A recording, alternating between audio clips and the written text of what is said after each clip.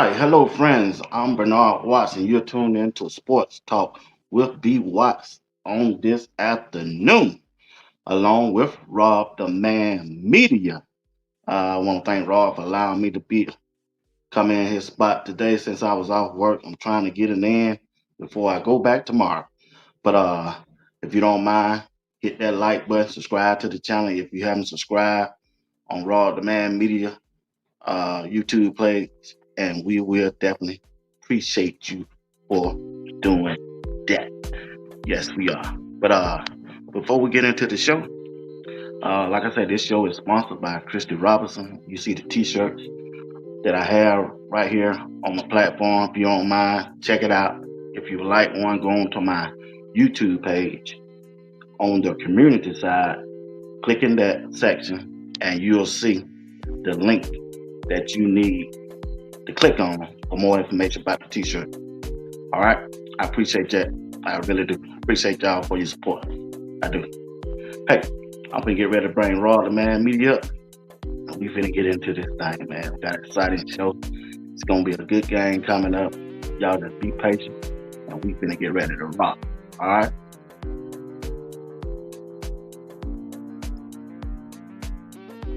Once again, like I said, you're watching Sports Talk with BWatts tonight. This afternoon. Always saying tonight.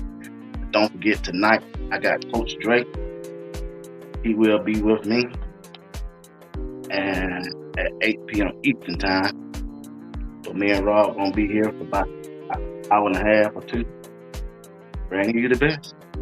Let me get this music out here. It's a lot on this stuff here, man. Hey, I'm gonna perfect this thing in 2 years. Knows I said 2 years. What's going on? What's going on? Rob the Man, what's How's it- going on, Doctor?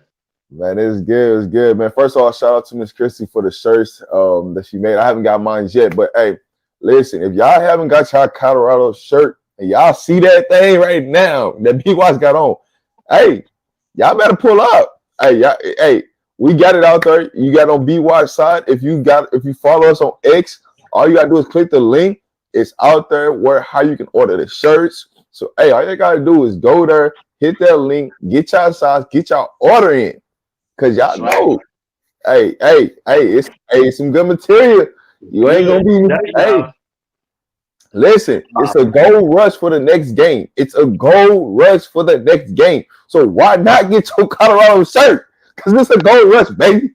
And they gotta get all the gold on you that you need. So let's get it, baby. All right. Hey, talked with her on yesterday. She got a new shirt coming out, and that's the shirt y'all gonna get. She wouldn't show it to me, but she's on a church conference now, but she'll be back the weekend and said she'll start it on, and you'll get it. You and Coach Drake will get y'all a new shirt, the new print premiere, a shirt that I ain't never seen, and I'm sure it's not. She said it's not even on their website that she done designed. She said you're gonna like it. So hey, we're looking forward to that. But Rob, let's get into the show. Check this out. Coach Prime going home, baby. He going home. He getting ready to go back to the state of Florida. Rob, when you look at Yeah. this game, now before we look at the game, what kind of impact will this game have on Coach Prime legacy and his career going forward by going back to the state of Florida? First of all, Coach Prom in the state of Florida is undefeated. So unless you didn't know, let me just go ahead and break it down here right now. Because he is undefeated right now going back to the state of Florida. So him going back to the state of Florida, he takes the game very serious. When I'm talking about preparation, ask FAMU, the last team that played Coach Prime in Florida. Ask him what happened. It was a domination. So he's gonna be at his team riled up. He's gonna have his team ready to go. They're gonna be on a different level of focus. So you don't have to worry about this team not being focused, the big game thing going. Coach Prime's gonna have this team ready to go. They leave today, headed to Florida. I'll leave tomorrow. Hopefully, praying that I'll be there. But hey, Coach Prime is gonna have his team ready to go. When he goes back to the state of Florida, it like the team just locks in even more. Every time he goes to Florida, so he's undefeated going to playing in the state of Florida. So I expect them to be locked in, ready to go when they touch down in the state of Florida. Okay, But so when it comes to its legacy, it's just another stepping stone, right? right. I look at it as just another game because we got to get to that big game. That's when it starts. That's when that legacy really starts to go elevate to another level when we get to that Big 12 championship game. But this game right here, come back to the state of Florida, it's just more proving. You know what I'm saying? Because hey, Mhm. UCF has got every recruit up in the building. They ain't gonna bring my nephew there, but they got a lot of recruits there in the building. So you know what I'm saying? So they recruiting section is sold out. What school do you know that announced that a recruiting section is sold out for a game? That's Wow, how you know it's big time. that's prime effect. That's that prime effect. You think Coach Brian going down there trying to flip one or two of them? Listen, we just need them to show up to the game and we do what we do, and then they gonna come back to Boulder. That's all we need to do. I like that answer, Big Dog. So when we look at Colorado on the offensive side going into this game, what have you seen from Colorado offense coordinator Pat Sherman and Shador as the quarterback? What have you seen that you think will make a big difference in this game coming up? The biggest thing that I've seen out of Shador Sanders and his offensive coordinator is just leadership. When you talk about Shador Sanders and Coach Pat being on the same wavelength, they're legit on the same wavelength. If you ever talk to Pat Shermer before a game, I'm telling you right now, he wants to light up the scoreboard. He wants to make sure every bulb in the scoreboard is working. So I actually had the pleasure, of always seeing him before the game Mhm. and seeing him during the game, and he just calm, cool. He just calm and cool the entire game. Like his demeanor don't change. It's kind of like Shador. No matter what's going on, no matter what obstacle comes in face, you might see a little bit of frustration, but when he come back to that sideline, he sit down or he walks off, he gets back to level head. Like it doesn't phase him. So um, what you've seen out of Pat Sherman this last game is you've seen him use two tight ends. You've seen him put two running backs in the backfield. You've seen him go full wide. You've seen him do multitude of different things that you didn't see the previous game. So everything that everybody keeps complaining about, they hear you. It's just a matter of when they want to roll it out for which game. So I think you're going to see a lot of different things this game. You're going to see a lot of different motions. I know a lot of people complain about motion, but they actually did use motion in this last previous game. They used it with the tight ends. They used it with the running backs when they went to two running backs, using Jalen Miller out the backfield. So they're going to do a multitude of different things. So I think we're in good shape, man. We just got to stay patient. Just stay patient, man, because I think we get so overwhelmed of like, man, we want to see this, we want to see this, we want to see this, we want to see this. But sometimes, man, just keeping it simple might be the best option. Okay. So when we look at the offensive line going into this game, uh, what rotation you think? What you think? I ain't saying that you know. I'm not saying what you think is the best fit for Colorado in this game. In this game right here, Uh, I mean, the honestly, five you want to see out there. Start. Start out. honestly, I truly believe just because Justin Mayers and Khalil Benson is both, battling back from injury and they're fully not healthy. I think we see the same starting line we seen last game with Phillip Houston at the right tackle, Benson at the right guard, um, Hank at center, left guard is Brown, and Seaton is left tackle. I think Seaton and Brown they pretty much a lock at left guard and left tackle. But I'm gonna tell you right now, when Miss Laura speaks, she speaks. And when she says concerned at the center spot, I'm just telling you what she said. So when she says she's more concerned about what's going on at that center spot, and she the big dog, you gotta listen. So you might see a change. That's all I'm saying. Because she spoke last night and she went happy about some things. So I'm gonna Yeah. just roll with I'm gonna just roll with what she said because she the big dog. Okay. Okay. But when you do look at this center, I think Hank he was kind of struggling doing the spring too, and first, second, that third, Yeah. that fourth game. But I don't think they're gonna change the setup, but she spoke. That's all I'm gonna say on he it. spoke about She spoke it. about it, what her concerns was. So, but I do think I would love to see them put So Brown. who else they got? I mean, Cass is just a true freshman. He's not ready yet. You got to give him another year.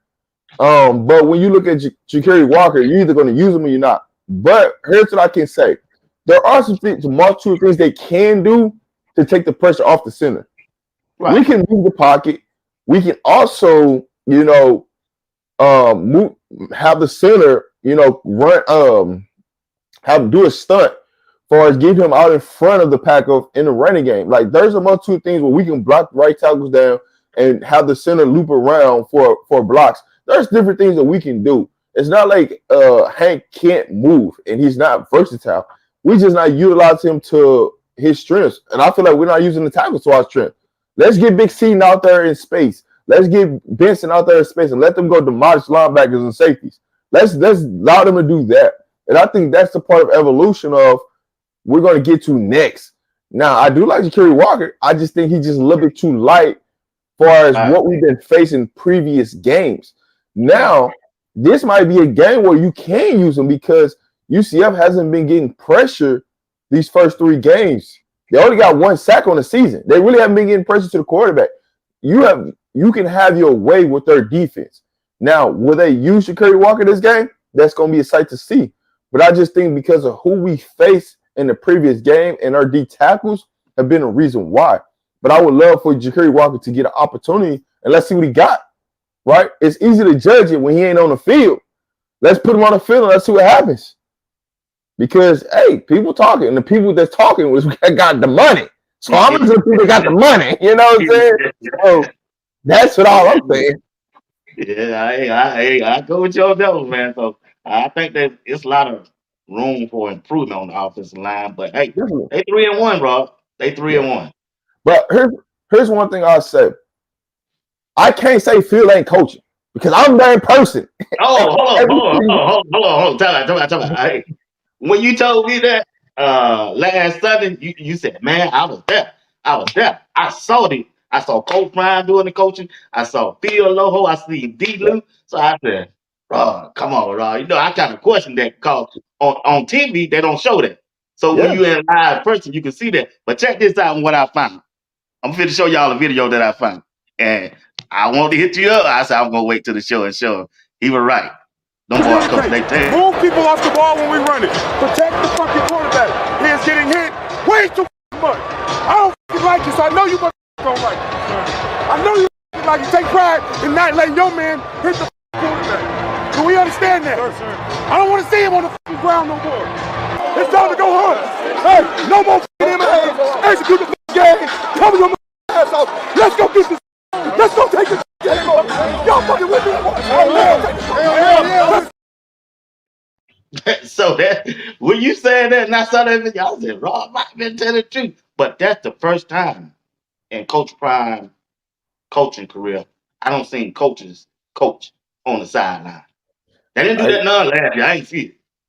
Hey, well, you know what's funny? I'm right behind when he's talking it. Oh, so, yeah? Right, listen, I got every video of him, so I know what it looks like. I know you can't tell me what it is because I'm there. Like that's a good part of having in-game experience is that I'm right there behind the bench, so you can't tell me what I'm not seeing for what you're seeing. They don't show that on TV. I'm seeing Phil. Right, if you go to like the vlog, I'm right there. I'm seeing Phil teach off the tablet, telling you, "Hey, this is not freaking acceptable." And I'm just using the light word. I'm not using the word what he's really saying. Yeah, hey, I heard him. He's saying, "Hey, this ain't freaking acceptable. I am tired of seeing Shador on the ground. He shouldn't be on the ground, right?" But also, what plays into a part of is, hey, if you're asking for 2.5 seconds and they give you 2.5 seconds and you ain't getting rid of that ball. You can't blame it on the offensive line because what you asked for, because this is from the wide receiver coach. You ask for 2.5 seconds, the line give you 2.5 seconds, you gotta get that ball out. That means 2 things. Somebody ran the wrong route, which did happen during the game because you had receivers in the same spot. So that caused the issue. Or you're not, you know what I'm saying? You're doing what you're not supposed to do. So hey, there are some things that we can clean up. I got faith in this team. I got belief in this team because I see it at every single game. This coaching staff coaching, this coaching staff using that tablet, breaking each and every play down that comes on the sideline, and after they break it down, building them back up because they know they're gonna need it the next series. One thing about Phil Loho, He got it to them, right? I got a video where Shador comes right before the last series and just flat out told him, hey man, we need y'all. All we need y'all to do is perform. Whatever happened before this, it don't matter.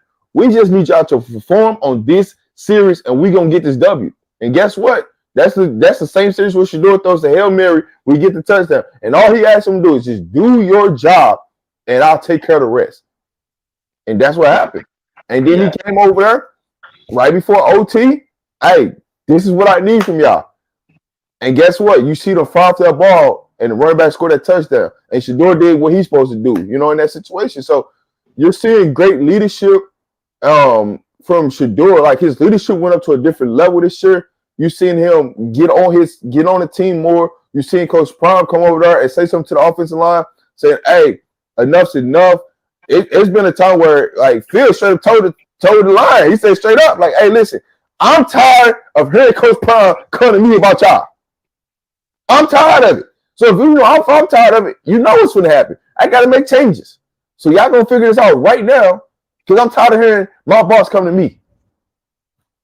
Well, he did go on to make some changes because, well, he was chefing them offensive line in and out until he find the right pairing out there. And that's because Prime came over there. That's because Prime came over there and had that talk. Oh, yeah. He came over that shoulder. Yeah. I knew I got. I already don't book my room for the next home game. But check this out.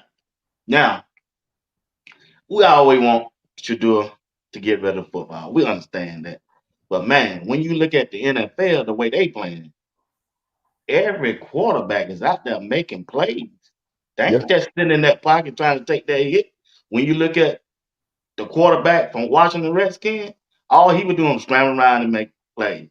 Kansas City quarterback scrambling around and making plays. So when Shador had to scramble around and make plays, he get a lot of heat about that, which I don't understand. If you look at the next level, they doing the same thing. Patrick Mahomes made his name on that. If Patrick Mahomes ain't throwing that ball on step drop to Kelsey, he's scrambling around making plays. So what's the problem when Shador do it?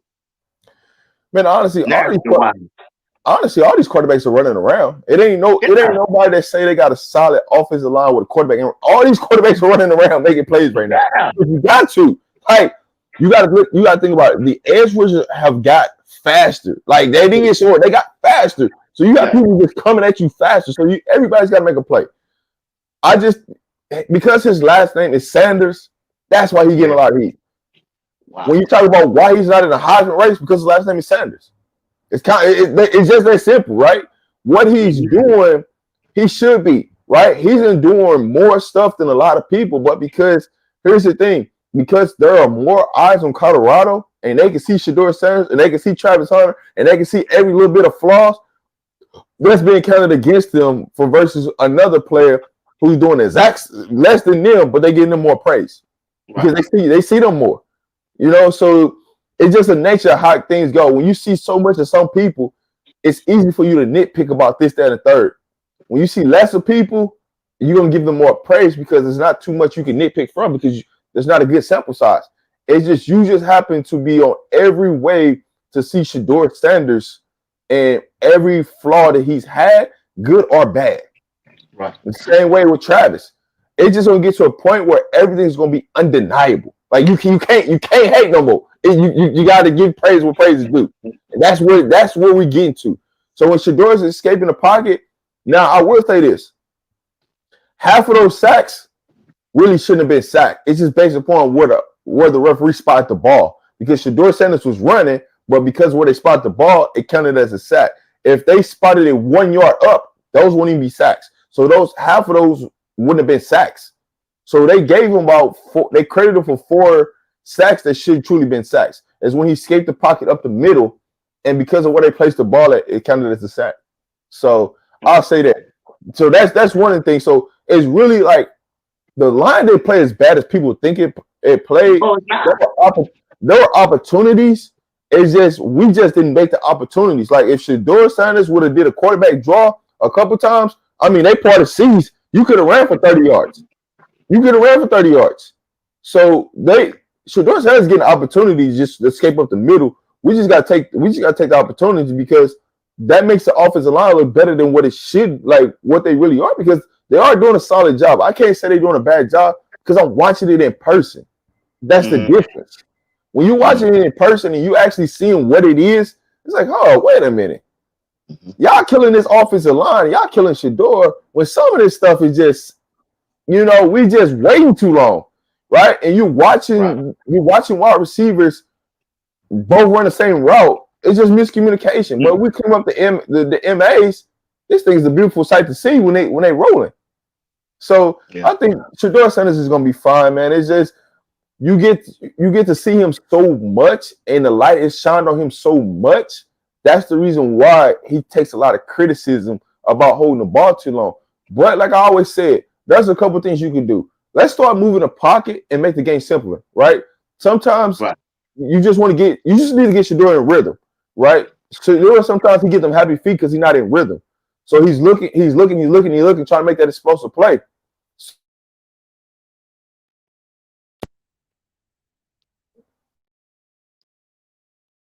Yeah. I think Rob popped off. But yeah, like I say, man, when Shador is on the run, man, he making Heisman type plays.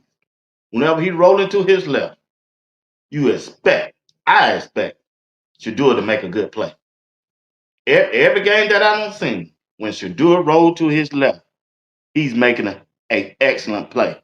And he buying time to get that ball out of his hand whenever he being flushed to the left or going to his left.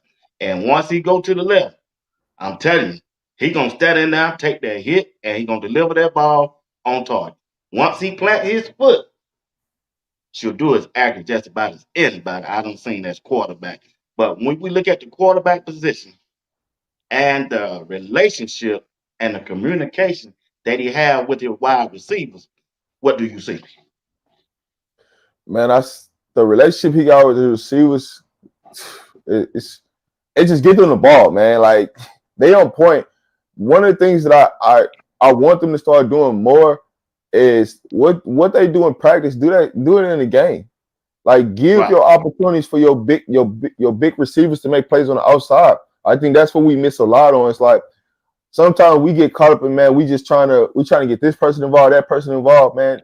Just give them a deep shot just to test the defense. Let's see what they're really doing, because I'll say this: the plays that Travis made in the second half, he could have made them plays in the first half. And this game is a totally different game. But we never gave him the opportunity to go make those plays, right? Because we were trying to get everybody involved, because you don't want it to be so overwhelmed where, man, it's Travis. But sometimes, man, when the coverage is designed to allow your big dogs to be big dogs, you got to give them the opportunities. You got to give them opportunity. So, when you look at Shador Sanders and these wide receivers, they got great chemistry. One thing about it, there ain't nobody's in their feelings. And a lot of people out here saying, man, free the O's, free this, free that.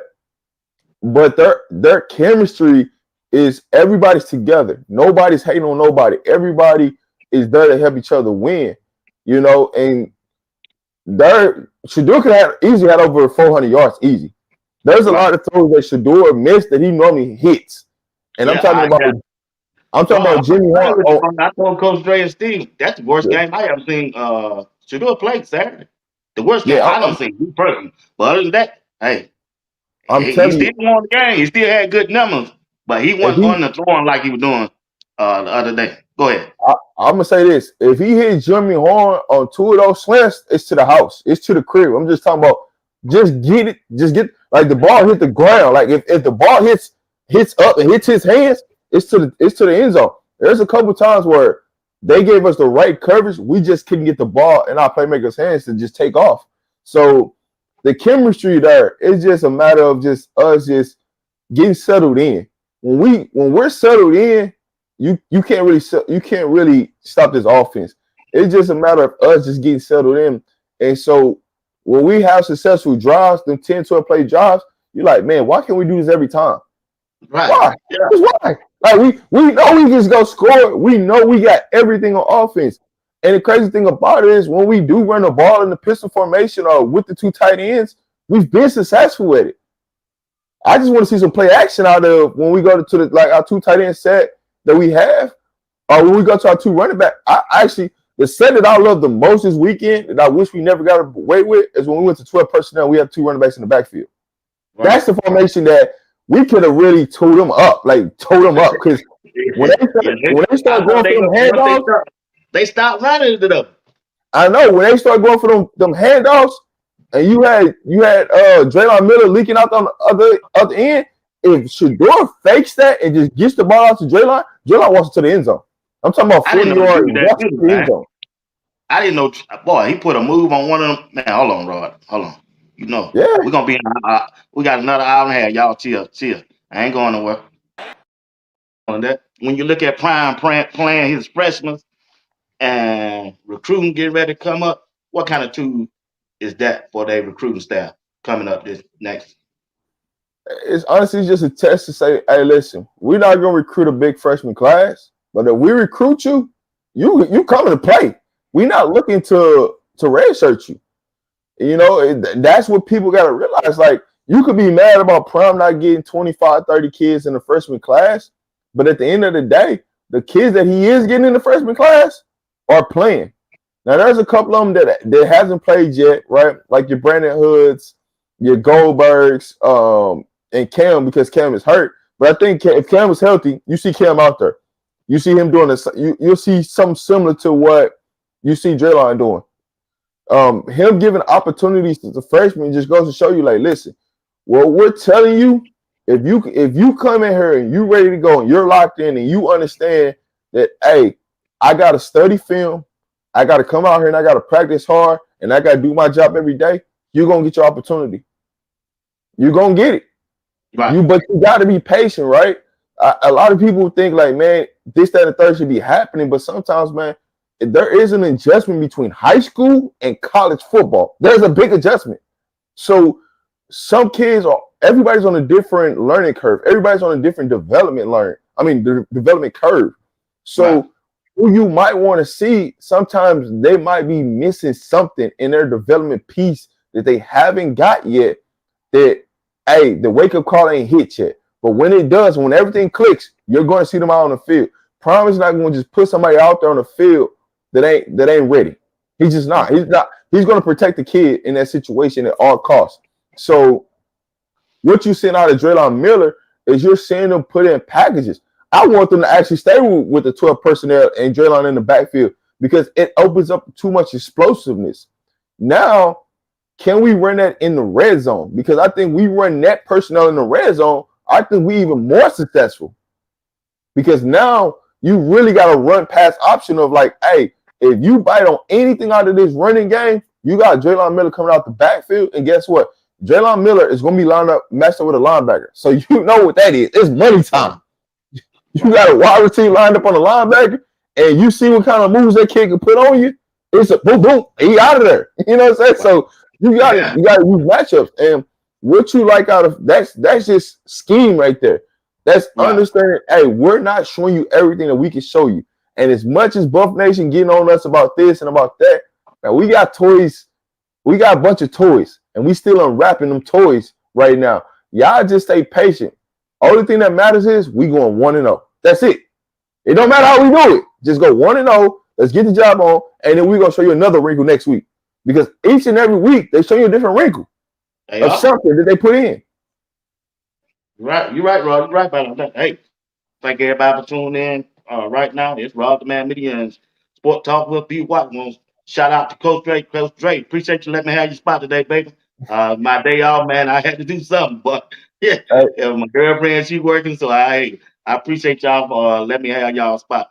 And all to y'all fans and viewers, hey, thank y'all for rocking with me for right now doing this broadcast. I appreciate it. All right. I just want to let y'all know how much I appreciate y'all. Check it out, Rob.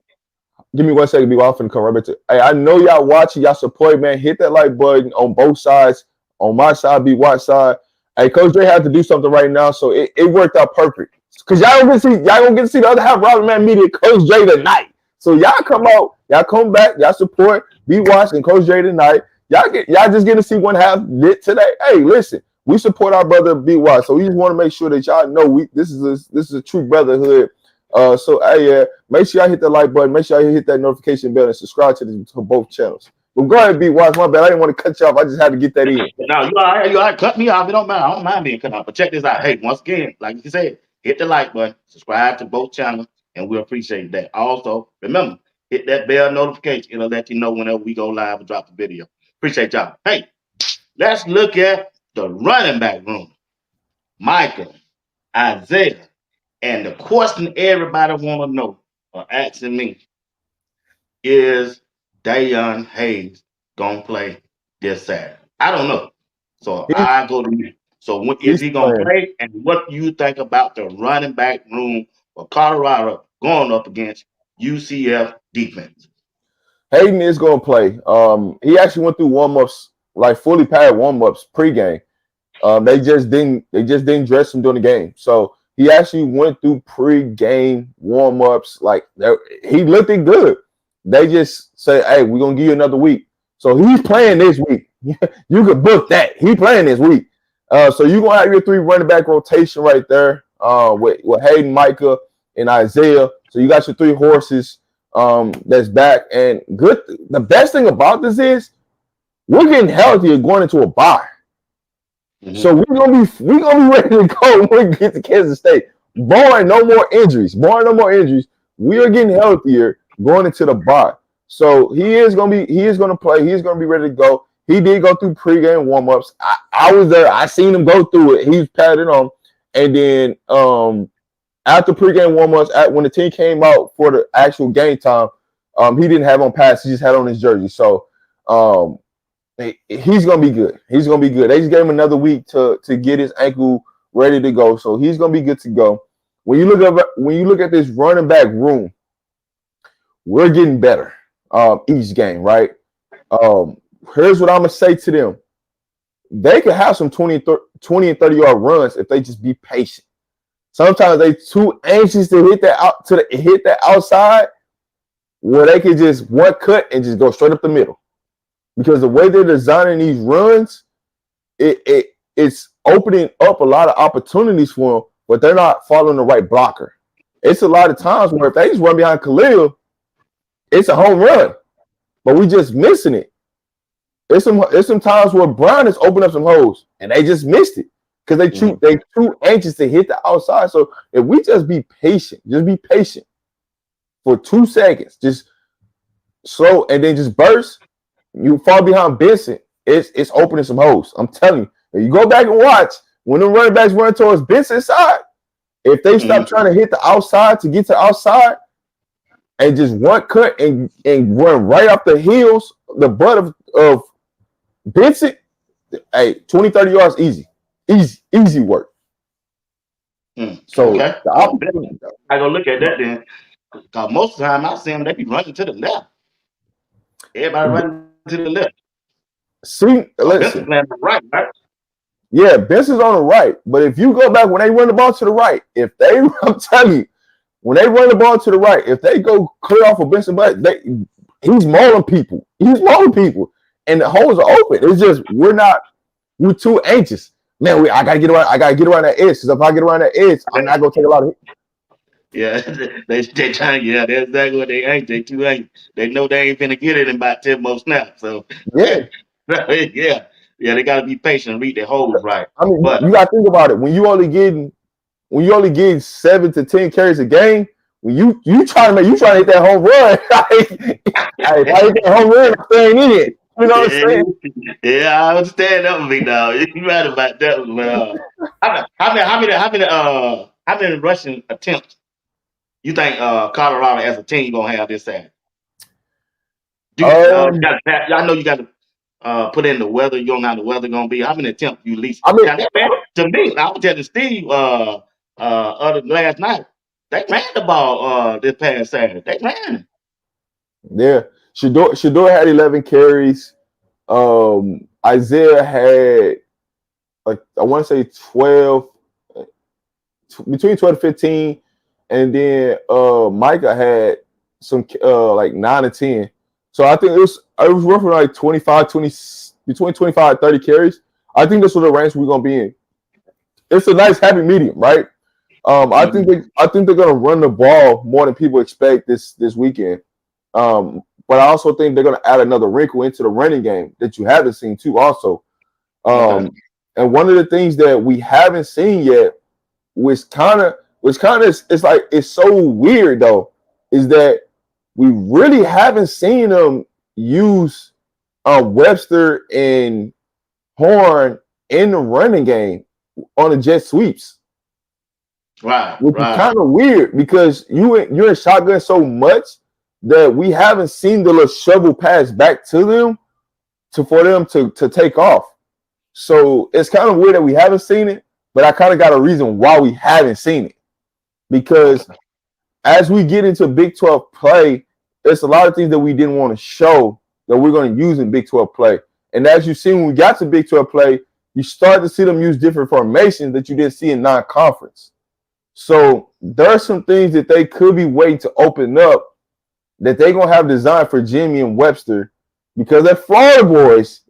They're going to have some package ready for something. Yeah. So Yeah. you can expect some type of creativity to get them the ball for them to show out. So that's why I say you got to be patient because Pat got something up his sleeve and they haven't showed it yet. But I expect them to have something this Saturday for them. So when it comes Okay. to the run game, I expect them to have anywhere between 22 to 30 carries in the run game. Okay. But Hey, hold on, Rob. Got a super chat before I go away. Lawrence, son of super chat saying safe travel to all going. Is there a chance overstart over Will? I think one thing hurting the O line is the tight end and running backs are missing assignments. I know the running back. I seen the running. Well, I did see Surveyor Small, Mister Block, and yeah, the running back. Yeah, they were too worried about getting out there in that pass and let the lineman just blitz. Go ahead, Roy. I didn't mean to cut you out. I just want to get that out. oh no, you go, you go. What? Say the super chat over one more time for me, so I can I'll answer it. There it is. Okay. Man, appreciate it. I'll leave tomorrow. Hopefully, I will make it to Florida at some point. I promise you, I'll be there at the game. I'll be live. Interaction. Fox Big Noon gonna be there, so I'm gonna show you all the festivities and stuff going on. So I'll be live. Y'all ain't gotta worry about that. Is there a chance that O will start? I'm gonna tell you right now, man. I just want y'all to just to chill out on, if who starts at wide receiver because it really don't matter. They're gonna keep rotating these wide receivers, no matter who starts and who don't start. It's all about when, like, O has gotten opportunities every game. The difference is he just haven't got too many balls thrown at him. That's the difference. They have a rotation. When Will Shepherd comes out the game, O comes in the game. When Travis come out the game, you got Timmons come in the game. Like, it's been in rotation, the same rotation every game. So y'all just gotta relax. When they take off Horn or they take off Webster, if they don't bring in a tight end, then Miller's coming in. Like they've had this rotation since game one, right? It don't really matter who starts. It matters who's gonna be in there doing clutch time when you need them to make a big time catch. And then when the ball comes to you, just make your opportunities, right? When you get your opportunity, shine in your moment, because it may not be 3 or 4 or 5 plays before it come back to you. It just happened that, and then to be honest, the play that O made was on a broken play. The ball wasn't even designed to go to him. It just on a broken play. She really rolled out to his right, scrambling, and just threw it up and seen because O and Horn was in the same area. They was literally 5 yards apart from each other in reality. But y'all didn't see that because it's the camera view of how they viewed it. But if you're at the game, you understand who's all at the same thing. So O just happened to make a hell of a play and score a touchdown, man. We all want him to play, right? Don't get me wrong. I want him to play. I want him to play. But when opportunities it's gonna come, and I promise you, they're gonna have opportunities against UCF defense. They're gonna have it. It's all about you taking advantage of your opportunity when it comes. Right. That's a good point. That's a good point. So when you look at excuse me, when you do look at the running back room, how did you see that Michael perform on last game? Just Michael. So it's funny because I predicted him to score. So I did a video with Darius Reach the People. right before the game. I haven't even dropped this video yet.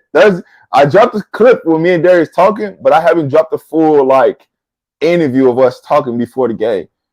I said Michael was gonna score. I had predicted 300 yards from Shador, 3 touchdowns. What happened? He got that. I also predicted Michael would score in that game because I just had a feeling like we get to a goal line situation, we gonna need the bowling ball. Because that's what Michael is. Michael's a bowling ball. If you give him a full set of speed, you're gonna have to make a business decision. Do you want to go tackle him? A lot of people don't want to go tackle Michael, and he ain't going down on first contact. But overall, what I've seen from Michael, just patience, right? I know what he can do if you give him opportunity in short yardage, he's gonna get it every time. You give him opportunity in short yardage, he's gonna go get it. It's just now just being patient behind the offensive line because he's so smaller than the offensive line. You really lose sight of him in the backfield. So when he starts to go one direction, if he puts his foot down and just takes off, he's gonna hit explosive plays. Just like you seen on that first play of the drive where he hit for 12 yards and he almost hit it for a home run. Because if that dude to make that shoestring tackle, that was a touchdown. Because there wasn't nobody in front of him. Because the safety already took himself out the play.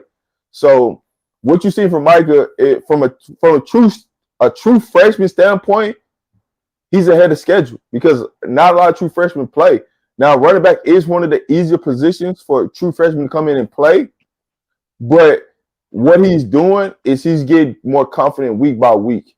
And his goal is he ain't redshirting, and he's accomplishing his goal. So you got to just keep proving why you're not going to redshirt this year. And that just keeps stacking up. And as each game goes on, the more confidence is going to build.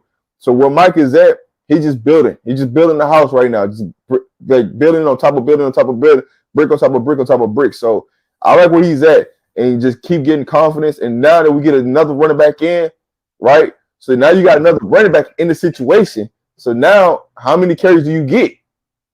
That's going to be the true question because now you got to share with another person. So it's going to be interesting to see. Yeah.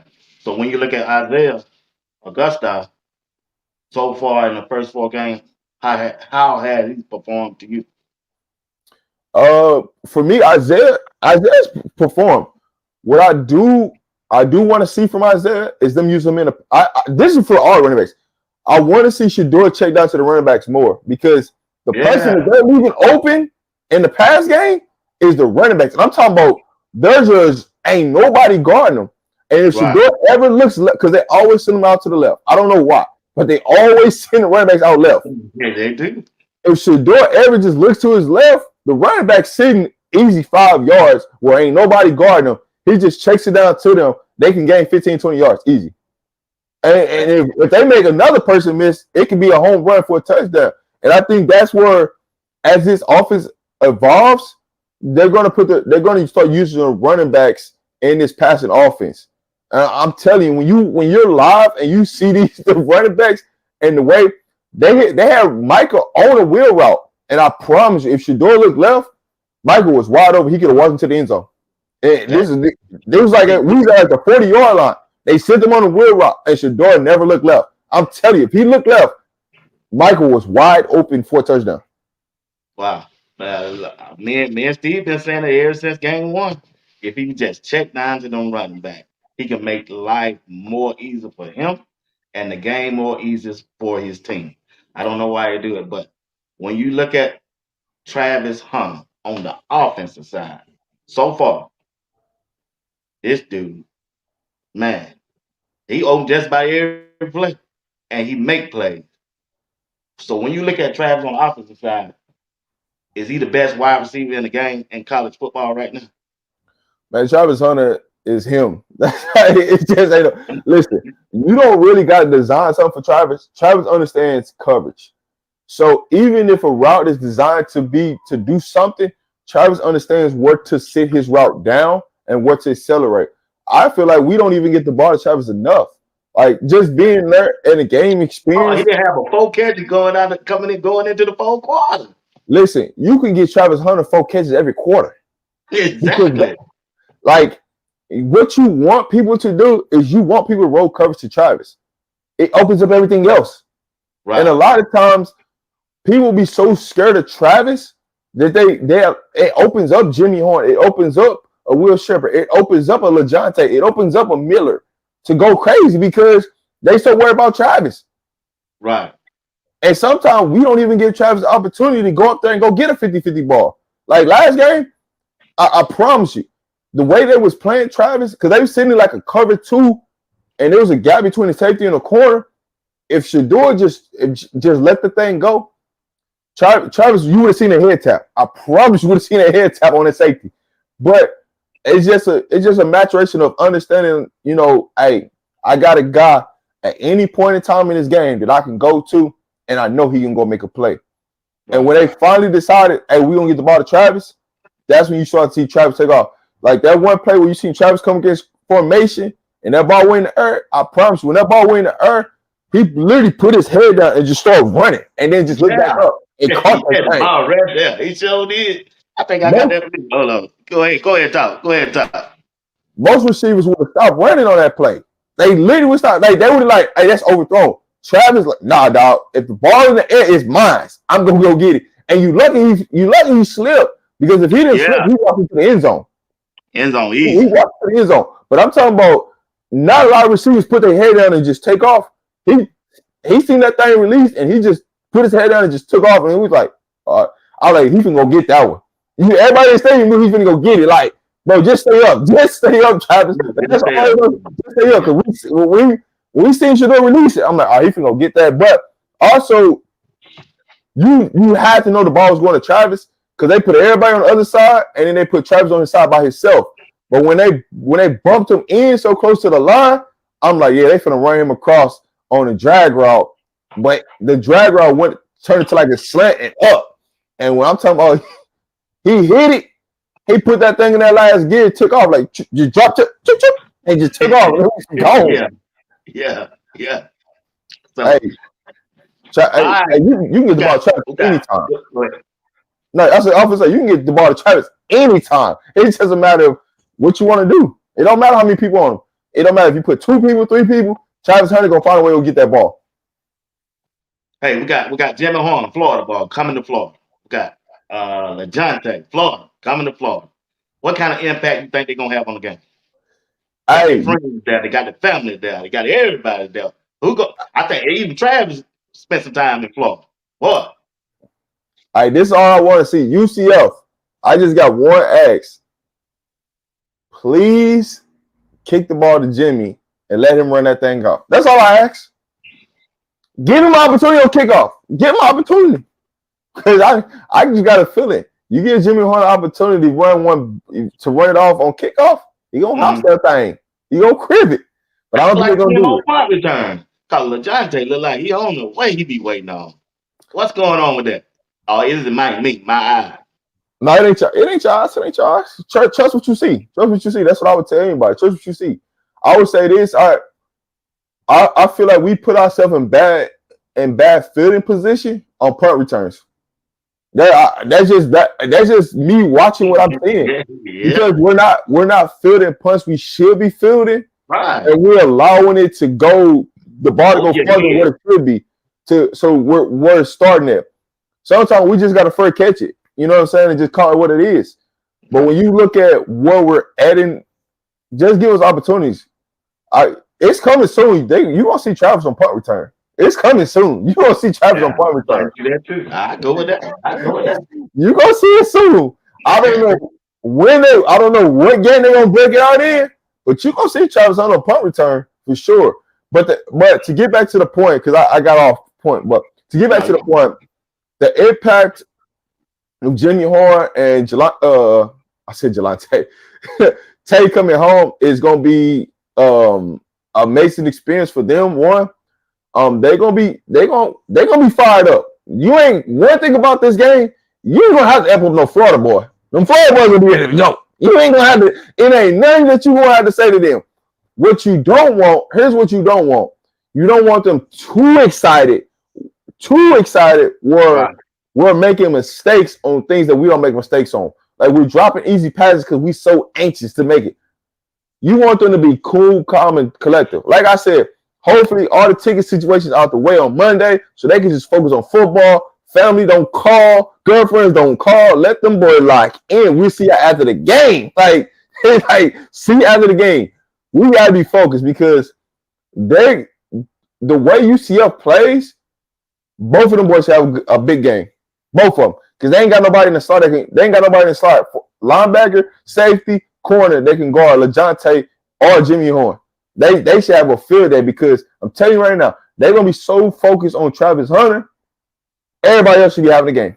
And because they're going to get Travis Hunter the ball. So you ain't got to worry about that. Right. But one thing I'll tell you this. If UCF goes to that man-to-man like they get against TCU, Shador going to have 500 yards. I hope so, bro. I hope so. You can book it right now. If UCF go man to man and they try to blitz Shador, Colorado's going to have 500 yards passing. Wow. But hey, that's a blowout. Then he get that. It look like he hit it for a blowout. Then, but when we look at let's talk about Will Shepherd. The struggles. I ain't gonna say he's struggling. Let's talk about his play so far. When you look at him play, what do you see? What's going on with his game on the wide receiver end? All right, so here's the biggest thing. I don't think Will's really struggling. It's just he don't got the same amount of opportunities that he had at Vanderbilt. You got to think about you coming in as the number one wide receiver to now coming in.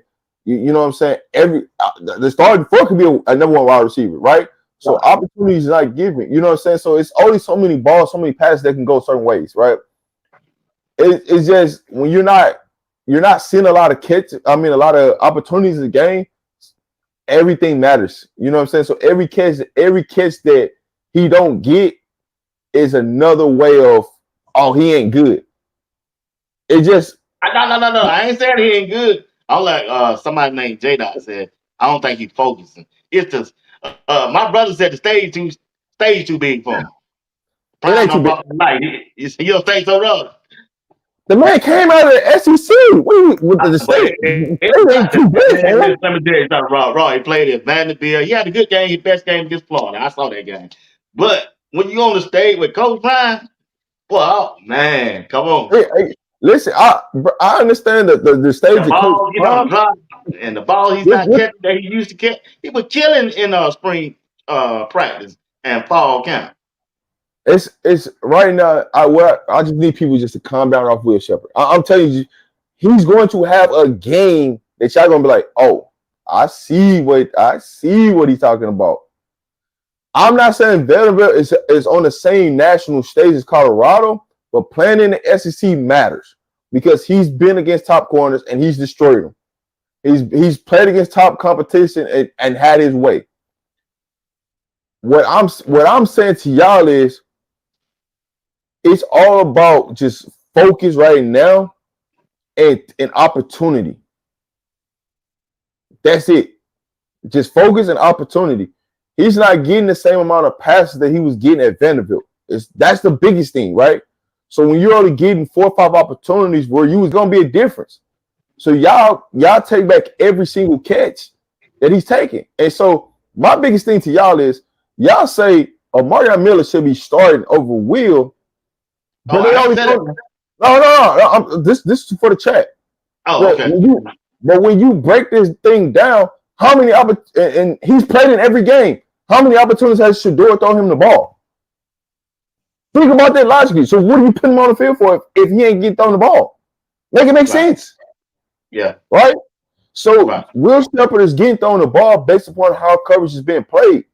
I think that we're not utilizing Will Shepherd to his best abilities. I can say that. I feel like we should use his big body in more slant opportunities, more stop and go opportunities to open him up. I feel like everything that Will gets it's a back shoulder fade. When he can do more than just a back shoulder fade. I don't think he gets to show his full arsenal, and I think that's the piece that people miss. Right. So when you get mad at Will Shepherd, most of the time it's a 50-50 ball that he's trying to go up and catch. I don't think the lights are too big for Will. I think we just overly doing too much and just let things just be calm. It's a long season because we don't need Will. I promise y'all, we are going to need him. And so these kids listen to all this stuff that y'all say.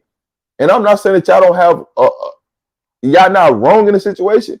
I just think that we're just like overly assessing the situation when even if Miller was in the game, he's still not getting all of those opportunities. All the balls really, majority of the balls are going to Travis and Horn and LeJounte, and then it's everybody else.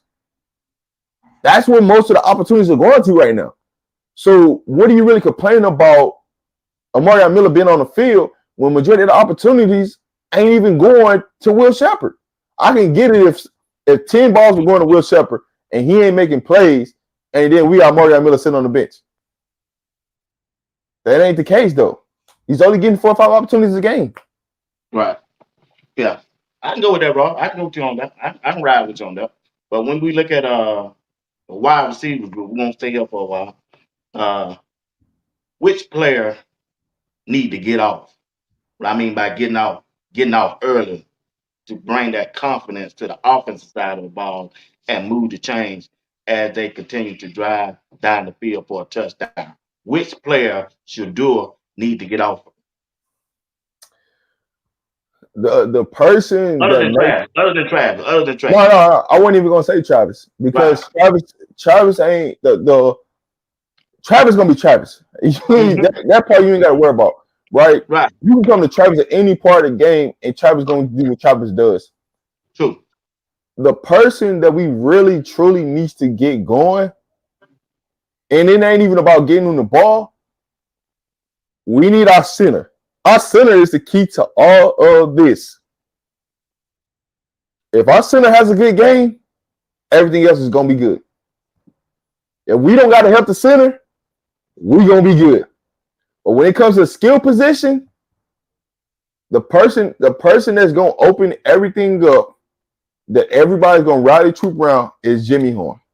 And Uncle Steve said it because I was scared to go there. Yeah. Jimmy Horn, they got to get Jimmy Horn off, man. It's not a got to. I just the spirit of Jimmy being back home in the state of Florida. He been wanting this game. He wants this game. And LeJounte, they're going to design something for them too. I got a feeling they're going to design something for them in the first half to get them opportunities to take off. But I think UCF is going to be focused on them so much that Will Sheppard might be the person that's going to end up benefiting from this whole game. From the whole game, Will Sheppard? Will Sheppard's going to be the person that benefits. You think UCF got them kind of DB? No, but you got to think about it, right? They already think about their speed, right? So what they're going to try to do is they're going to try to take Jimmy Horn and LeJounte out. And they might just let Travis be one-on-one. Ooh. And that's what we want. Here's the thing that we haven't seen yet. We haven't seen a really them do slot phase yet.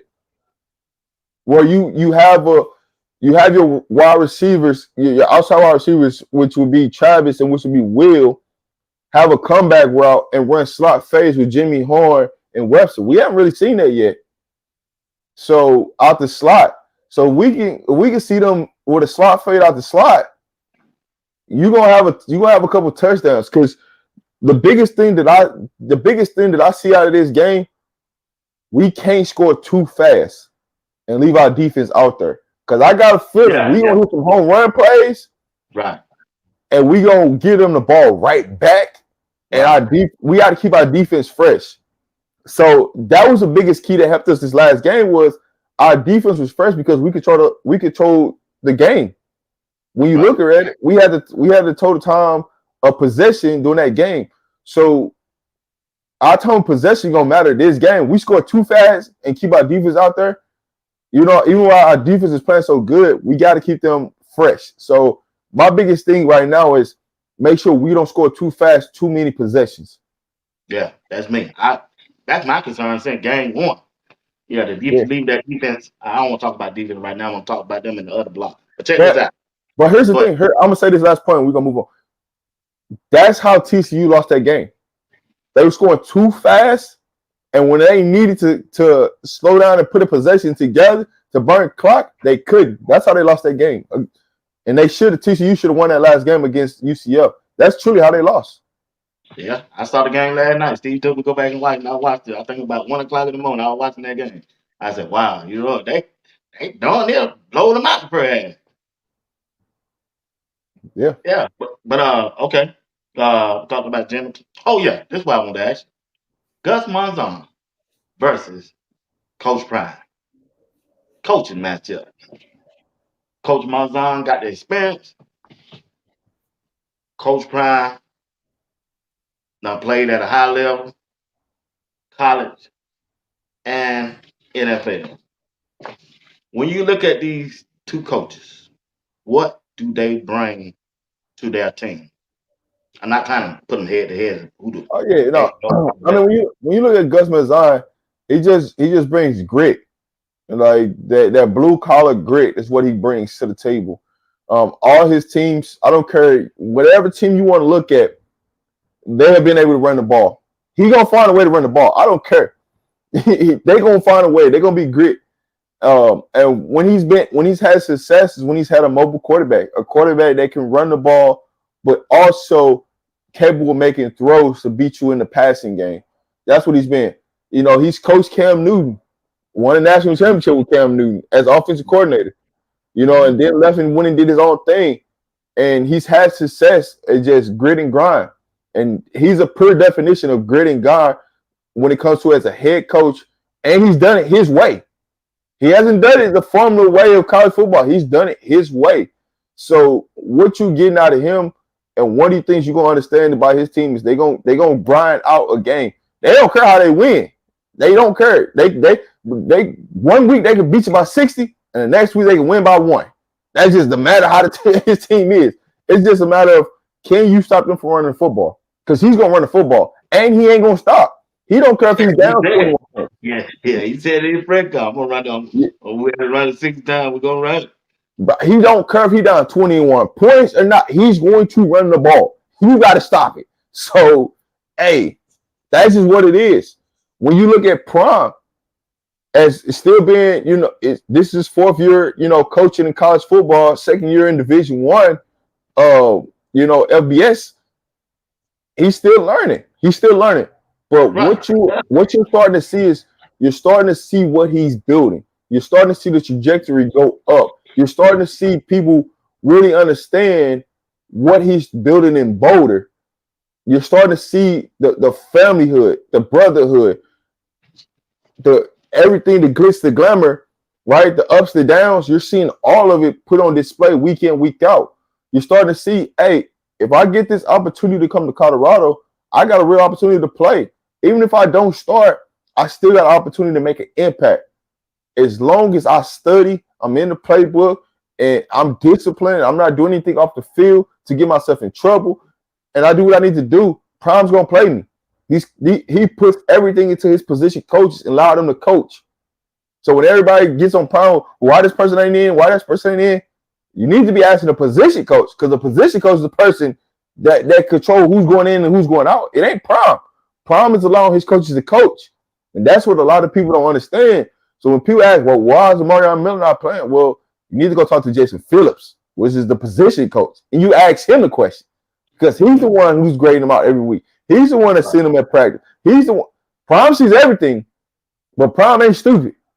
If you co-sign and you put somebody in that game, you better have a great reason why you put him in that game. Because if the film say this or the film say that, we're going to have some problems. So that's what you see out of Prime. Prime is being a CEO of this, and he's showing you if you put the right people in the right places and you invest into those places, this is what, and you plant your seeds. You just watching this harvest. That's what Prime's doing right now. You just watching this harvest right now in front of your eyes, and things are prospering that people say couldn't prosper. And when they say he couldn't recruit the high school ranks, you're starting to see what it is. But you couldn't recruit the high school ranks first year in because you needed a foundation. So you had to go and get kids from other schools to come to your school because you have to build a foundation. And that's what a lot of people didn't realize. So now that the foundation is being built, now you can start to plant the seeds into these high school kids, where you might get a couple kids that might need some development, but you also got kids that can come in and play right now into your program. So now you're taking your program to another level, because now you're building depth. And on top of that, the rules about to change of how many scholarship players you can have now. It's going to go from 85 to 105. So now there might not be no walk-ons.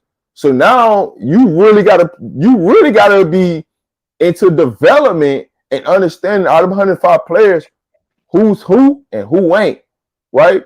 And as the season go on, you start to figure, all right, this kid fits the system, this kid no longer does, right? And you start to figure those and maneuver those out. So you're just starting to see an elevation from Prime side of the plan or what he put in place, and people are starting to notice it. But all they have to do is just be patient. Right. And that's the biggest key. Even with Gus Malzahn, his process, you got to be patient. And he took some lumps at UCF, but the program he's building right now, you're starting to, the players, owner, the seniors, the juniors, they came through the process. He was just able to do his process a little bit different. He pretty much did what Prime did, to be honest with you. But he already had a little foundation at UCF. Right. Prime didn't have that at Colorado. And that's really the two differences between the two teams. Malzahn and Prime really did the same thing. And they did it their way. It's just now you just start to see the fruits of the labor from both sides. And when you look at both of these teams, they're pretty much almost even, right? Mm-hmm. When you look at things.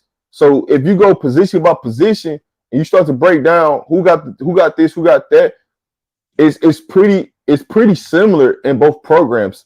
The only difference is Prime gonna pass the ball, Malzahn gonna run the ball, right? Yeah, right. Yeah. That's pretty much the difference. That's it. That's it. That was a good take, Rob. Hey, we got Rob the Bad Media. He's going in depth. This is a chance I get to see Rob go in depth with that. On Sunday we have different panels and we'll be up on the time limit. We want to thank Rob the Man Media to express his opinion about what's going on with Colorado and in-game situation.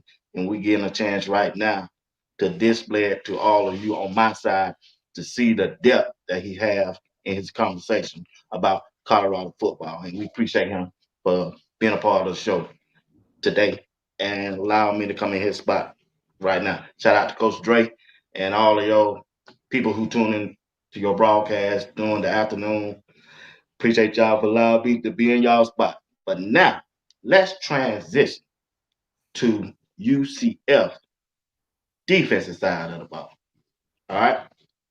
What matchup are you looking at in a particular matchup on Colorado offensive side against UCF defensive side? Which two players? One each on each side. What matchup? Honestly, I'm looking at it's just a position for me. The secondary versus our wide receivers. It's just flat out that simple. Our secondary their secondary versus our wide receivers. That's what I'm looking at. That's the only thing I'm focused on, because that's going to tell you a lot, right? What they do. If they come out and man, will we run the ball, or if they go zone? I expect them to play more zone than what they've been playing in previous weeks. I don't expect them to play a lot of man. If they play, I'm just being honest. If they play a lot more man than they play zone in this game, I'm telling you right now, Shedeur Sanders go torch for 500. It just won't happen. Because they let TCU top receiver go for 200, 13 catches for 200. Yeah, I saw that last night. I saw it when I was watching the replay. If you go back and watch the replays of some of those catches, just imagine if that was Travis Hunter, what he would have did to them DBs. It would have been more than 200 yards. Because that wide receiver, he couldn't shake one of them safeties. Travis would have caught that thing, planted, shook him, and just took off. And then been in the end zone. So he probably would have had 6 touchdowns for 400 yards. So, hey, you give us those opportunities, them big opportunities in the middle of that field wide open. Y'all play that cover 2 like y'all was playing in that game, and watch what Jimmy Horn and LaJohntay Western do to y'all in that middle of that field. I promise you, it's going to be a lot of points put on the board. And so I don't expect him to play a lot of man. I expect him to play to mix it up, man and zone, depending on down and distance. But I don't expect them to do what they did against TCU and play man. Because if they go man and they go to a lot of cover zero, because they played a lot of cover zero against TCU and got torched. They play that cover zero coverage against Colorado. Mm. We gonna have 500 yards of passing alone. Mm.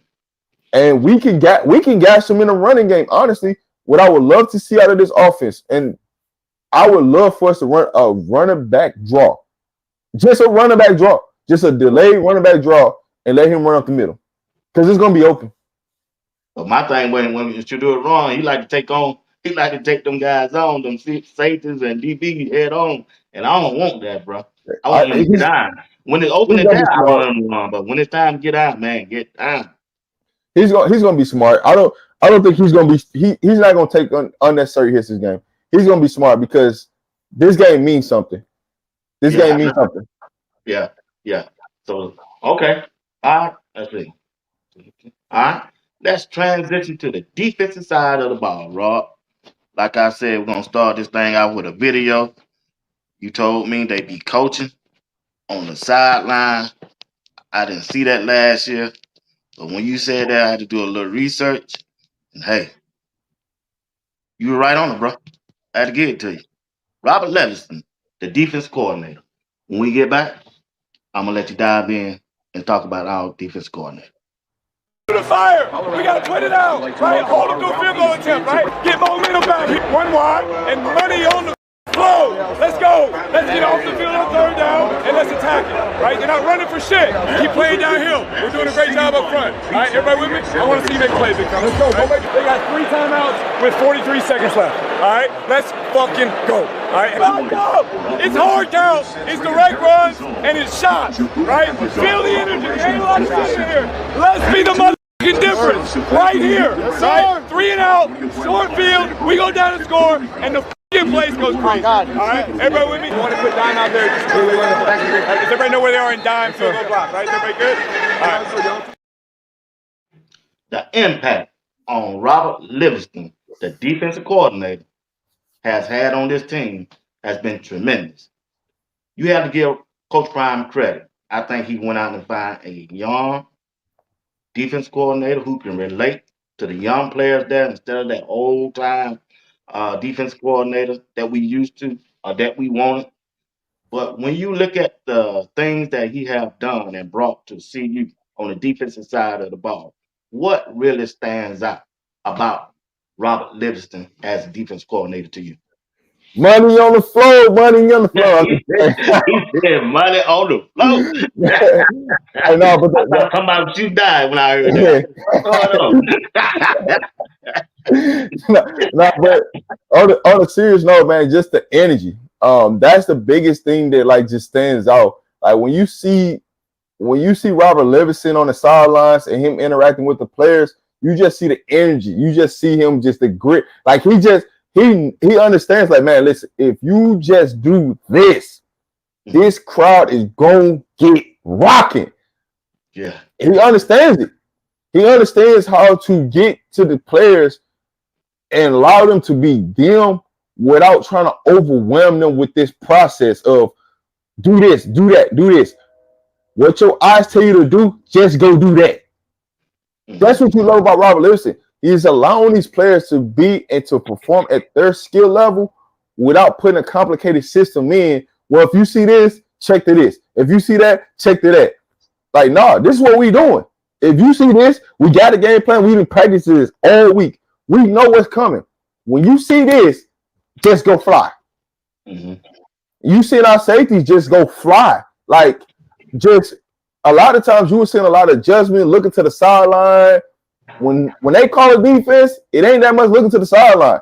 That's what it is. We sticking with it. But with the what makes everything go is the tremendous work that they put into this defensive line. That's what makes all this. That's what makes all this works. Like you look at our linebackers, our safeties, and you can't. What can you really get mad about our secondary? There's nothing, and that's Robert Livingston back there. He's got the secondary.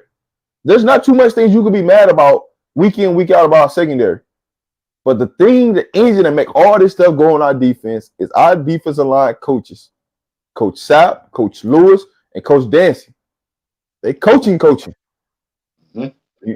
Coach Lewis, he ain't the one to play with. I promise you. Don't do your job. You give him 2 more 3 years, you're going to give him a head coaching job. Don't do your job. Or defensive coordinator, yeah, he coaching. Now, when we look at the defensive side of the ball, for his players, right? Start with this defensive front. How Shane Coates, free bonds anyway, how Shane Coates has been looking for you so far.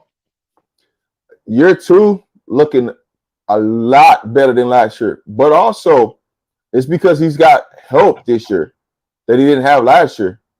When you got Barnes next to you and you commit in that double team, it makes it a lot easier with Shane Coates, baby. It makes it a lot easier with Shane Coates because you got big Barnes taking on 2. Thank you, Steve. You hear that, Steve? I told you, Barnes make it easy with Shane Coates and those linebackers.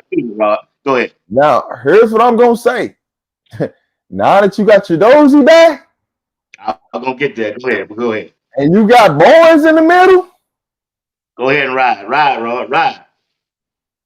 If both of them taking 4 people, we should be having a party in the backfield. Exactly. We should be having a party in the backfield. And the biggest thing with Barnes is we just got to get him in game shape. If we can get him in game shape where he can stay out there 3 downs, right. We're gonna be causing havoc. Yeah. We're gonna be causing havoc. We gotta get rid of it. He in shape, bro. You just heard Rob tell you what I told you. If Barnes gets into game shape, and J-Dot, you hit it right there in the head. If he gets into game shape and he plays with lower pad levels, he's gonna be a monster. He always going up high. Every time he do the bull rush, he ever get some. Whatever work with his technique. Listen, BWatts. If he goes lower, he just runs that dude over, and he's in the quarterback lap. Yeah. If you don't come up high, and he just stays low, he's falling right through that man. He's gonna be in the quarterback's lap. And guess what? Let's be in the stacks then. The edge rushers. Yep. The edge rushers. Yeah. But that's the thing is that the edge rushers are doing that job so much is that the interior is not making the sacks. That's really how. Just think about it. When Shane Coates made that sack, it's because he had 1-on-1 and Barnes just took out 2 guys. Exactly what it was. So if you can get that dog out of Barnes to just play every down with low pad level, and one of the things that you need out of Barnes is take the technique they're using. You take one of them guys and you turn his ass sideways, and you block up 3 people. If you take your man that's in front of you and turn him sideways, guess what? You got to run it for our dogs. Because guess what? They headhunt. Bentley and Hill Green headhunt. So, boy, lower pad level and turn that man that you got in front of you, turn him sideways. And I promise you, you're going to be making a lot of plays. Yeah. I like that. Since you said Shadozi coming back, what impact you think you're gonna have in this game coming up? Amazing bully on the block. Amazing one, because listen, you get block bully 1-on-1 coverage. Hey, you talking about making some plays in the backfield? It's gonna be some plays made in the backfield. It's gonna be a lot of money on the floor that we're gonna be grabbing. So I like our opportunities with that one. We haven't really got to see block bully and Barnes on the field at the same time. Right. So you get both of them, and I would literally line both of them up in both B gaps and let them. And the center got to make a decision. Who you taking? Which one side? Yeah. Which side? Yeah. I'm not even lining them. Okay. I'm not lining. Coach Dre is not. Listen, I am not lining Barnes up on the nose tackle. I'm not lining Shadozi up on the nose tackle. I mean on the center. I'm lining both of them up in the B gap. And make a decision. You want to make a business decision. Who are you blocking? Because the next thing is, If the center picks wrong, guess what that's gonna lead? One of the linebackers to come in there and smack the quarterback because some gonna be open right up in that middle, and the linebacker, or even this is what we could do. We ain't got to send a linebacker. Make the center make a decision on which one he gonna pick up. Say he goes to Barnes. Allow the defensive end to loop around, come straight up the middle, and hit the quarterback. We can run some stunts because when you get your Dozy in there and you get Barnes in there, you can really do some stunts where they can take out 2 guys, 3 guys, and you can loop somebody around to come in and make the sack. And I've seen it happen. I've seen them run a stunt where they allow Arden Walker to come around and make a sack. So don't tell me what it can't be done, because it can be done. But I will line both of them boys up in the big gap, and you got to prove to me that you can move both of these boys. Yeah. I think that's you're right. Them the 2 dogs up front. I would like to see on at least first and second down together. And whenever they get ready to do their little package, I think that's who you will see on first and second down. I would love to see that combination there. Then let McNeil and Coach come in on third down. So when you look at the defensive end so far, BJ Green and Hayes, they I know they ain't got the sack that we want to see, but they've been doing a decent job so far. BJ Green looks like he getting ready to turn up, man. Listen, they've been doing a great job. I think people are giving them a lower grade because they don't see the sack total. But what they're doing in the running game is setting the edge and just coming down and just nailing running backs and quarterbacks on the run. Like, we wasn't getting that from our edges last year. Like, just literally think about what they're doing. Like, if you go back and you watch our edges from last year, they wasn't setting the edges and run. They wasn't coming down the formation and just killing people. Like, these boys running with their head cut off and just getting loose. It's a matter of time. All they just in the passing game, when they get to third down and long, we gotta finish plays, but also we gotta fix something on our personnel on the defensive line on third downs. Yeah, man, that's a key. That's the thing because Green don't always pass rush on third downs. He doesn't always pass rush.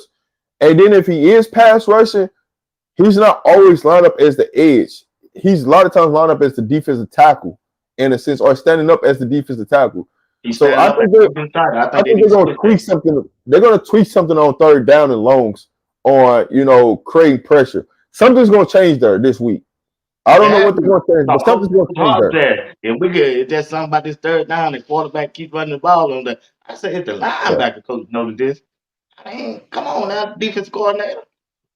Yeah, but I will say this though, this only happens in the first half. Somehow, some way, we figured out the second half. But the first half is when it's really all of this is happening. So we listen. The game we figure out how to play fast in the first half, the second half is gonna be easy. Yeah. And that's all we got to figure out is how do we play in the first half? How do we fix our first half mistakes? Because the second half is just getting easier. Each game, the second half is getting easier because our defense is lights out in the second half. But how do we fix the first half? How? That's the major question that we got. We can fix the first half. Now, granted, I can't put it all on the defense the first half of the last game because our special teams gave up 10 points. Our special teams don't give up the 10 points. This is a walk. We walk away with that game in the second half. Right. I agree with you on that. I agree exactly on that. I'll go with you on that. Now, when we look at the linebacker group, hold on. Hunter comes out for this snap. Ooh, Marshall. Oh, goodness. How many times have we seen Nikai Hill-Green lower the boom? Oh, my goodness. I love Nikai Hill-Green. The pairing of Hill-Green and Bentley has made a major impact on Colorado defense. Will they have a major impact in this game this Saturday? If they don't, we're going to be in trouble. They got to have a major impact. Yeah, we got KJ Jefferson and we got RJ Harvey coming down there shoot with us. When they interviewed Bentley said, this game here ain't going to be for the faint of heart. You got to buck up your chin strap and let's go get it. Listen, on third downs, you might see one of them in there just Yeah, why because. they take him out, Rob? What's the purpose of taking him out? People keep telling me they can't guard the running backs out the backfield, and they're not good in pass coverage. If they good on first and Well, second, why they can't be good on third? see, here's the difference. When Shiloh gets back, you're going to see what they really was trying to do. With Shiloh out, because Shiloh would have been a middle linebacker in that case. And the way they're designing their down packages, Shiloh or Carter would have been a middle linebacker. So these type of things wouldn't be happening. But because Shiloh is out, it's kind of hurting what they're really trying to do on third down and long. They're going to their down package, but they're putting more speed out there on the field in the situation and taking the linebackers off. But we're not diagnosing plays. Like, you can see this a mile away coming. Like, being at the game, you can see this a mile away coming. Like, the way we lined up, the way things are sitting, I'm like, man, this is a QB draw. Yeah, Like, because we got three defensive lines on one side yeah, and one defense end on the other side, and Trevor Wood in the middle. But when he take the snap, he dropped about 10 yards back, so the middle wide open. yeah, you can see it a mile away because most of the time Trevor lines up in that big gap where the defensive lineman ain't at. They line up in that big gap. He's normally lined up in that big gap, and sometimes he comes and sometimes he don't. And when he does come, it really opens up the seat because now where you should be trying to slant the middle to cut it off, we going wide and we're opening up a bigger gap for the quarterback. So there's a lot of things that we got to clean up on third down and long situations, but we fixed that. It's gonna be lights out on this defense. It's gonna be lights out. Third down, they problem. The personnel pack. Yeah, we just got to clean up how to get off on third down and long situations.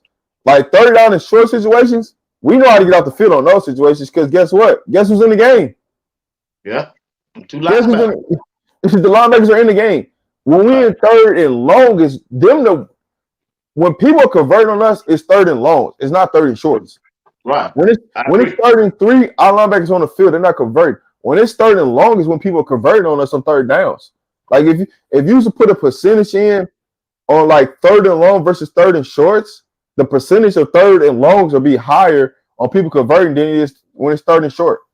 If I'm anybody, I would want to be in third. I would want to be in third and long, Colorado, because they prove it to you. It's like, yeah, because they ain't make no difference. But check this out. When it's third and long, this me now. This just me. I ain't talking about it. In third and long, I'd rather them play zone than man to man. If they gonna make that make them change their personnel. But see, even if they play zone, just think about this, BWatts. Even if they're in zone, Trevor Woods is still that middle guy. He's still gonna be in that deep position. So it's like what you're saying really didn't change nothing. Those two high safeties though. Huh? But I get high safeties, right? Yeah, I get you got two high safeties, but you got to think about it. What zone are you playing? Or you know what I'm saying? You playing cover 2, cover 3. Like, what are you playing in that situation? What's the down and distance in that situation? Because down and distance is gonna matter, like what you gonna play in the situation. So you're talking, yeah, you could play zone. Yeah, you got more people, more eyes on the ball. When they playing man to man, they be up on the receiver and they get beat over the top, especially when you don't look back. But if you playing zone, you're not like that on third and long. For me, it's more personnel than anything. I think we can still do the same thing playing man to man on third down. I think we just don't got the right personnel on third and long. That's the biggest thing, because when we go to our all rush package, we put out 4 defensive ends and line them up across the board on the defensive line. At times, they're all running out of gaps, right? You want to rush gaps, but we're not rushing the gaps. We're rushing out of gaps, and we're making things more open than what it should be. So some of it's just the pass rushing techniques of how we trying to get to the quarterback that's opening up these big gaps more than anything. And some of it is just us just not recognizing like who's where. So I think if we clean up the personnel on third downs, I think we'll be in a better position, because what Robert Lipson is calling on third downs, I'm not mad at it. I actually like what we're doing. I just don't think we got the right personnel in. Because guess what? One thing, ain't no quarterback really throwing on us on 3rd and long. Like, because then we go to our 4 corners, and that's when Colton Hood come in. And you ain't going in under the corners like that. And I've yet to see a quarterback throw to Travis on 3rd and long. I'd be wanting you to do that one. Throw that. Outside of one time, and guess what? Travis Hunter got that interception. But outside of that, but they actually went to a zone on that play. And a little matchup zone on that play before then, but then they came back with a man the next play when Travis made the interception, when he ran it route for the guy. So we good, man. We just got to change the personnel and tweak some things, and I think we'll be fine on 3rd downs. On 3rd down and longs. 3rd down and shorts, they keep the run back then. 3rd down and long is where they take them out. Yeah, I agree. The play of, let's see, right here on defense side, Travis Hunter. Just the burst, fearlessness, run through, face up, finish tackle. Man, he ain't scared to come up here. And also, while we had the video, let me go and get him out of the way. When we look at where y'all be patient with Travis. Yeah. The physicality that Cameron, Simeon Craig, and Travis as a defensive in the backfield for Colorado, boy, they ain't scared to come up and hit, bro. Well, part of the reason why Travis is coming up to hit people is because he got tired of people talking about he ain't gonna hit nobody. He come up, he ain't put that weight on in the offseason for no reason. Yeah, exactly. And he got more explosive in the offseason. He got more stronger in the offseason. So what you're just seeing is the complete evolution of Travis Hunter, and everything that he worked on in the offseason. You know, because he don't get this, like, even though he's on defense, 90% of the time he ain't even involved in the play. Because so many teams are so scared to go at Travis' side because they know Travis is gonna go make a play. Like, if you throw a screen on Travis' side, you ain't getting it off. Because he's either gonna hit the person or the pass is gonna be broken up because they can't block him. So the play that Travis made where he came all the way across field to make that tackle in the backfield, just the speed overall, just watch the ability to just take off, just plant his foot in the ground and just take off and accelerate. Yeah, boy, it look different on TV. I know it shows a little different in person. You can't teach that. That's just natural ability. That's just natural ability. Like, I just want it. I just want it. That's how bad I want it to go make plays. You know, and when you see him at the game, you see him shaking his head like, man. And Travis when Travis locks in and get into his zone, it's different. Yeah, it's different. You're right. It's different. You're right. So when you look at I mean, cut you out. When we look at UCF running back R.J. Harvey, what kind of pressure he gonna bring? He capable of bringing to CU defensive side of the ball. He's capable of bringing a lot of pressure. One thing for sure, they gonna give him 25 carries. Now, how much? What? 25. He getting 25 carries at a minimum. That one running back. I ain't know that fast till last night till I watched the video. He gonna get 25 yards. He gonna get 25 carries in the game. He gonna get 25 minimum. But what about minimum? How many goals will you get? Listen, only way he don't get 25 carries is if he get hurt. As long as he out there in that field, he gonna get 25 carries. That's just proving. He had 22 the last game. Against TCU. You just don't hear that, man, from a college running back getting that many carries in the game. He getting 25, and he don't. One thing about R.J. Harvey, he don't care if he gets 1 or 2 yards, because he know you gonna get tired of hitting him, and he gonna break one. So that's just the truth of the matter. They were giving the ball 25 times, and then Boom is gonna get about another 10 to 12. They're gonna try to run the ball 55 to 60 times a game. Like that. I heard Manzon say that. Yeah, I heard it. When you talk about running the ball 60 times, 25 of those carries out of that 60 going to RJ. All right. So then you take another 12, you get that to Boom, right? That's about what 37 right there out of 60. You So think they were running on third down when they then take? you got the quarterback. You got the quarterback runs that they're gonna design up. Yeah, yeah, That's yeah. that's gonna be another 10 to 12. I didn't know KJ was that big. Yeah, yeah. Oh, he a But big one. what I will tell you this: there's a reason why he's not in the NFL because he hasn't been able to make progressions in the passing game. Yeah, That's where you can get KJ at. yeah. I'm surprised ain't nobody developed him yet. Sorry, I'm sorry. He had 29 carries. I said 22. He had 29 carries. He had So 29 carries against yeah, TCU. yeah.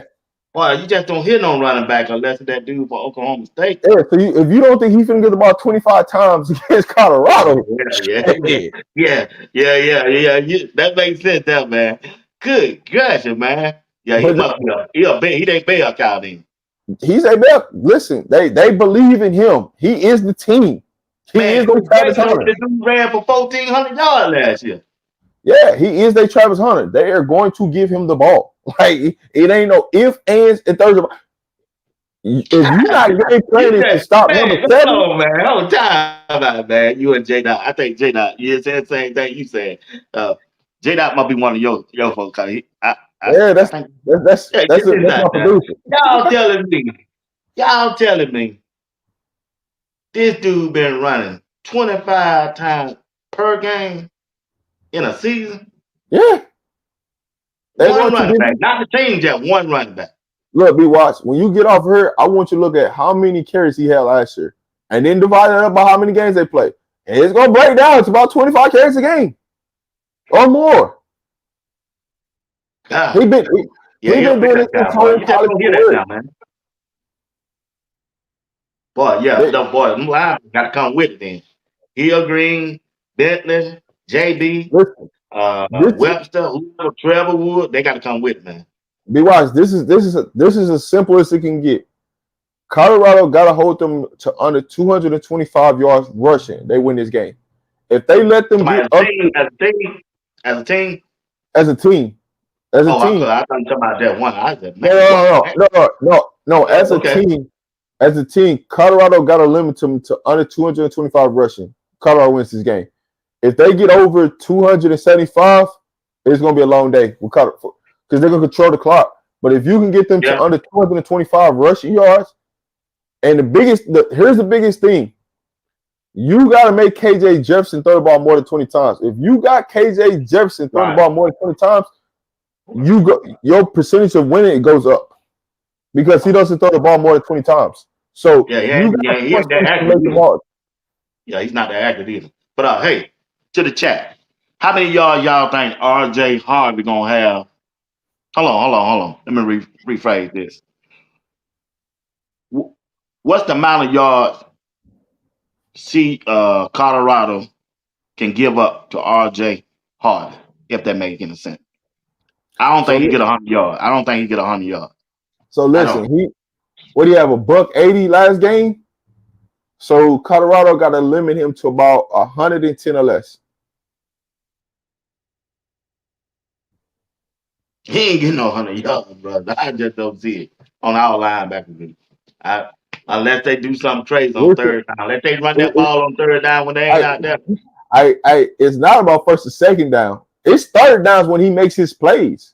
They'll say 170. Man, y'all really think one running back can rush over 100 yards on CU defense? I don't see that, bro. Unless they gonna do it on third down. You said what by the third down, Lord? Third down is where RJ makes his plays. That's what you got to realize. That's when he makes first and second down is not really when he makes his plays. Every time he makes his plays is on third down. So it ain't gonna be about stopping him first, second down. It's who do we got at linebacker on third down? Because that's when they're gonna try to run the ball the most. And it don't matter the down the distance. Yeah, God, I was definitely say that. What about the down the distance? They still gonna run? It don't matter. If you listen, if you give them the right look, they will run a draw. They will run something for him on third down. You can just book it. It's just what it is. I tell my boy Coach Hart, boy, shoot. I ain't got to tell him. He should know. Listen, The thing We about know RJ, if y'all telling me this boy ran 29 times last game, yeah, Coach Hart them all to know what he capable of doing then.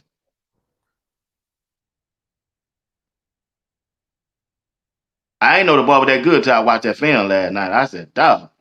I just don't. it's Me personally, hey, we got about 20 more minutes. Me personally, I just don't see no running back rushing for 100 yards on season. be I don't watched. care 30 times. The thing that with RJ that makes him good is his explosiveness. He can hit a gap and get out of there. That's I, that's the I thing saw it. that gets you. Once he get to that second level, he gone. That's the thing that gets you. So now it's not about you trying to take him head on. You just hoping that he does not put his foot in the ground and plant and just hit it. That's the thing that separates him from a lot of running backs, is because not only does he have the power, he also has the speed to just. Yeah, he dangerous. That's the thing that's the So thing that you can't I grade. haven't seen Boom. I didn't get a chance to see Boom. So what's the difference between him and Boom? Style of running. He's just bigger. That's really it. Because Who bigger? Which one bigger? RJ is just much bigger. That's it. Okay. Boom can still give you that electrified, explosive play, but RJ is more got the real speed. So Boom, I look at him like Isaiah from our team. That's how I look at Boom. He's like Isaiah. Okay. All right. I mean, that's still nice for him. That's still nice. That's nice running back. But so who poses the most threat? RJ, the quarterback, or for running? Boom, or the quarterback? Jefferson. Who poses the most threat for Colorado defense? I mean, you got to key in on number 7, but here's a person I would definitely tell you keep your eyes on is their wide receiver, Kobe Hudson, right? I'm being I'm honest. talking about from the running back. I'm coming to him. I'm coming to him next. From the For running back. the running From backs, running it's got to from be the number 7. rushing. Yeah, it's got to be number 7, RJ, because he's gonna You get the think he's most gonna carries out pose of a everybody. more threat than Jefferson in this game? Listen, I'll tell you this: the more Jefferson has the ball in his hands, the higher percentage Colorado has to win. That's the simple math. That's why RJ is the easy answer, because if KJ Jefferson got the ball in his hands, that's a good thing for Colorado. That means we're doing our job and we finna get the ball back. So KJ really doesn't hurt you. He just benefits from a great running game. Because if you make KJ Jefferson have to throw, guess what's going to happen? You're going to get an overthrow. You're going to get opportunities for interceptions. Hey, You're going to get misthrows. You're throwing so you can pick it off then. Yeah, he's going to give you opportunities. And sometimes KJ can be loose with the football. UCF will fumble from time to time. They will give you opportunities for turnovers. Now, can you take advantage of it? It's a different story. But they will put the ball on the ground. They will give you opportunities to make interceptions. But you got to make KJ into a passer instead of a runner. I agree with you on that. I totally agree. Now, Kobe Hudson, the wide receiver, he pretty good. He's their best wide receiver. He's got good speed on him. He can get loose. But the thing with UCF is they're gonna try to allow you to sleep with the running game. And when they allow you to sleep and they finally do pass the ball, it's a quick slant or it's a down route. It's just this what it is. You know what I'm saying? They're not really running a route tree. They're gonna keep it simple with KJ. They give him one read. If that read ain't there, put it down, run. That's just what it is. So when you look at KJ, who's gonna match up against Kobe? I don't think it's gonna be Travis, I'm just being honest. I don't think it's gonna be Travis Hunter. I think it's more than likely going to be DJ McKinney. DJ McKinney is gonna be lined up against him, and I'm telling you right now, they're gonna try to throw it to him. But I'm telling you right now, DJ is more than likely gonna have that assignment, and they're going to throw at DJ. DJ got to be locked in. And there should be a safety over top. There should be a safety over top on him. Right. Because if I'm anybody, I'm putting a safety over top of DJ, and I'm baiting him to throw it on Travis Hunter's side and take the safety away from him. I'm baiting him to throw it. Because one thing about it, if the ball get in the air, Travis can go get it. So I'd rather take my opportunity with allowing Travis to have an opportunity to go get the ball and put a safety over top of Kobe. I don't think Kobe's going to get to his average, what he's been averaging all season. I don't think he's going to get there against DJ. But DJ has to be locked in this game because best know the targets are coming towards him. Because what they seen on film last week, they're going to target DJ. Yeah. That's why I'm kind of worried about it. That's why I prefer Colton Hood over DJ. But DJ, he got so much advantage as a cornerback because of his length, his arm reach, and he don't like to jam the receiver coming off the line of scrimmage. He ever get that down pack and start looking back for the ball, he gonna be all down. I think this is a game where you're gonna see Colton Hood play a lot. Yeah, you're gonna see Coach.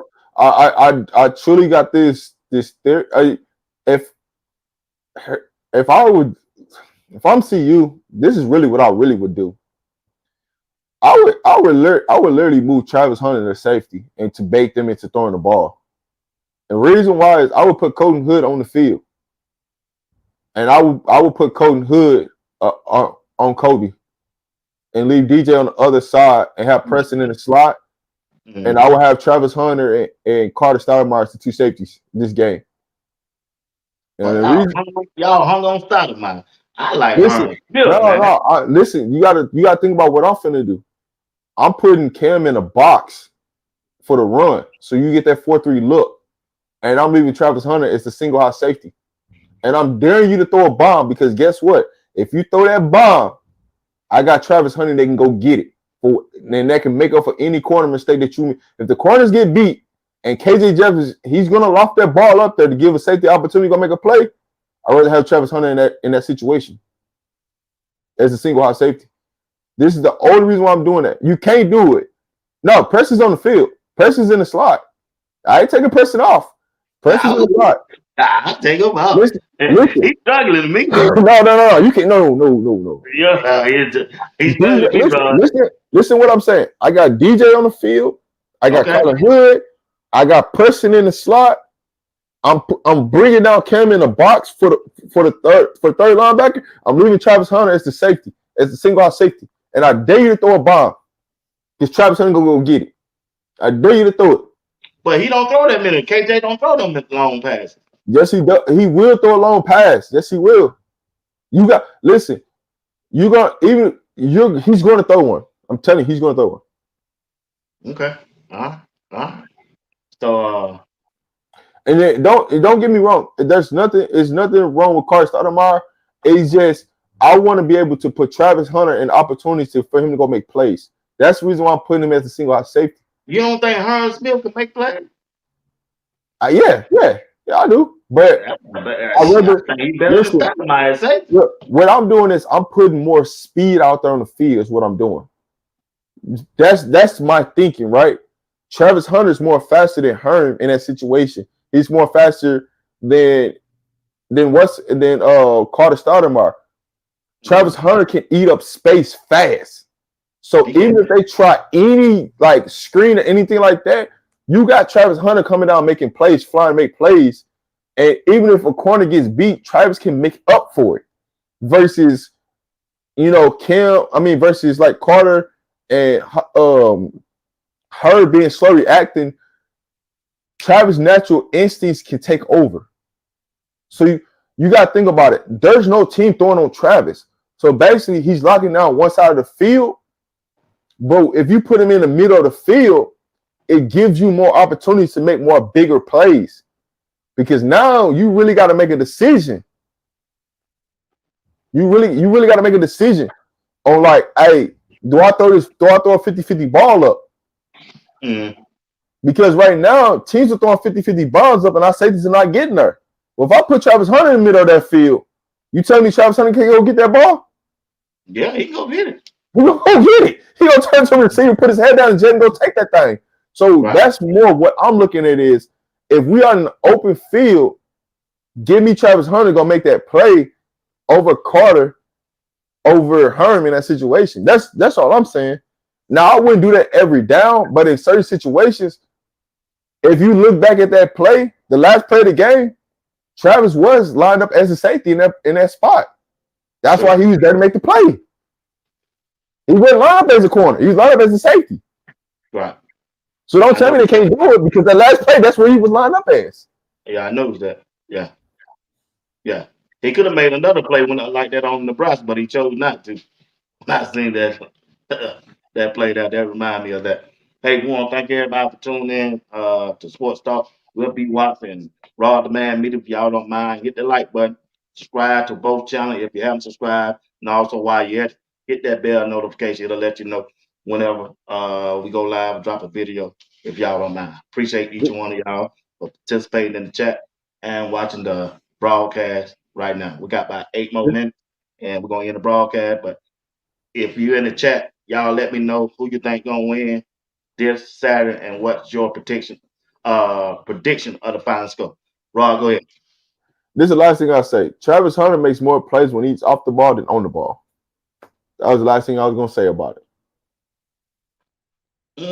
Okay, I'll give you that. I might have to give you that because if you look at the history, yeah, I might give you that. I have to give you that. So, what are some keys on the offense for Colorado to win this football game? I mean, the first key, right, is establishing a running game, right? That's the first key to this game. Establishing a running game, possessing the football, right? Because as much as, UCF wants to, establish their running game, it's time of possession is going to matter too. So once we establish the run, I think you're going to see a lot of play action out of Colorado this game. Protecting too is definitely the second key to this game. But overall, when you look at this game, it's really going to come down to see you getting playmakers involved, right? Get the ball to your playmakers and let them make plays, right? Those would be my 3 keys, right, in this game. Establishing the run game, time of possession, and protecting too, and just getting the playmakers the ball. That's really it. Okay. On the defense side, Colorado, what are some keys they need to do to win this game? Key number 1, and be king of everything. Stop the dang run. That's it. That's it. Stop the run. If that ain't the number 1 focus, what we focusing on? The only focus. If that ain't the focus, what we focus on? Because you finna see so that listen. If our linebackers should end with the most tackles this game. They should end. Yeah. Like Bentley said, this ain't for the faint of heart. Now, I will say this. The real reason why Cam ends up with the most tackles is because he's in the box at the linebacker. He's running down now. He don't need film work. Yeah, he's in the box. So that's the real reason why our safeties are leading.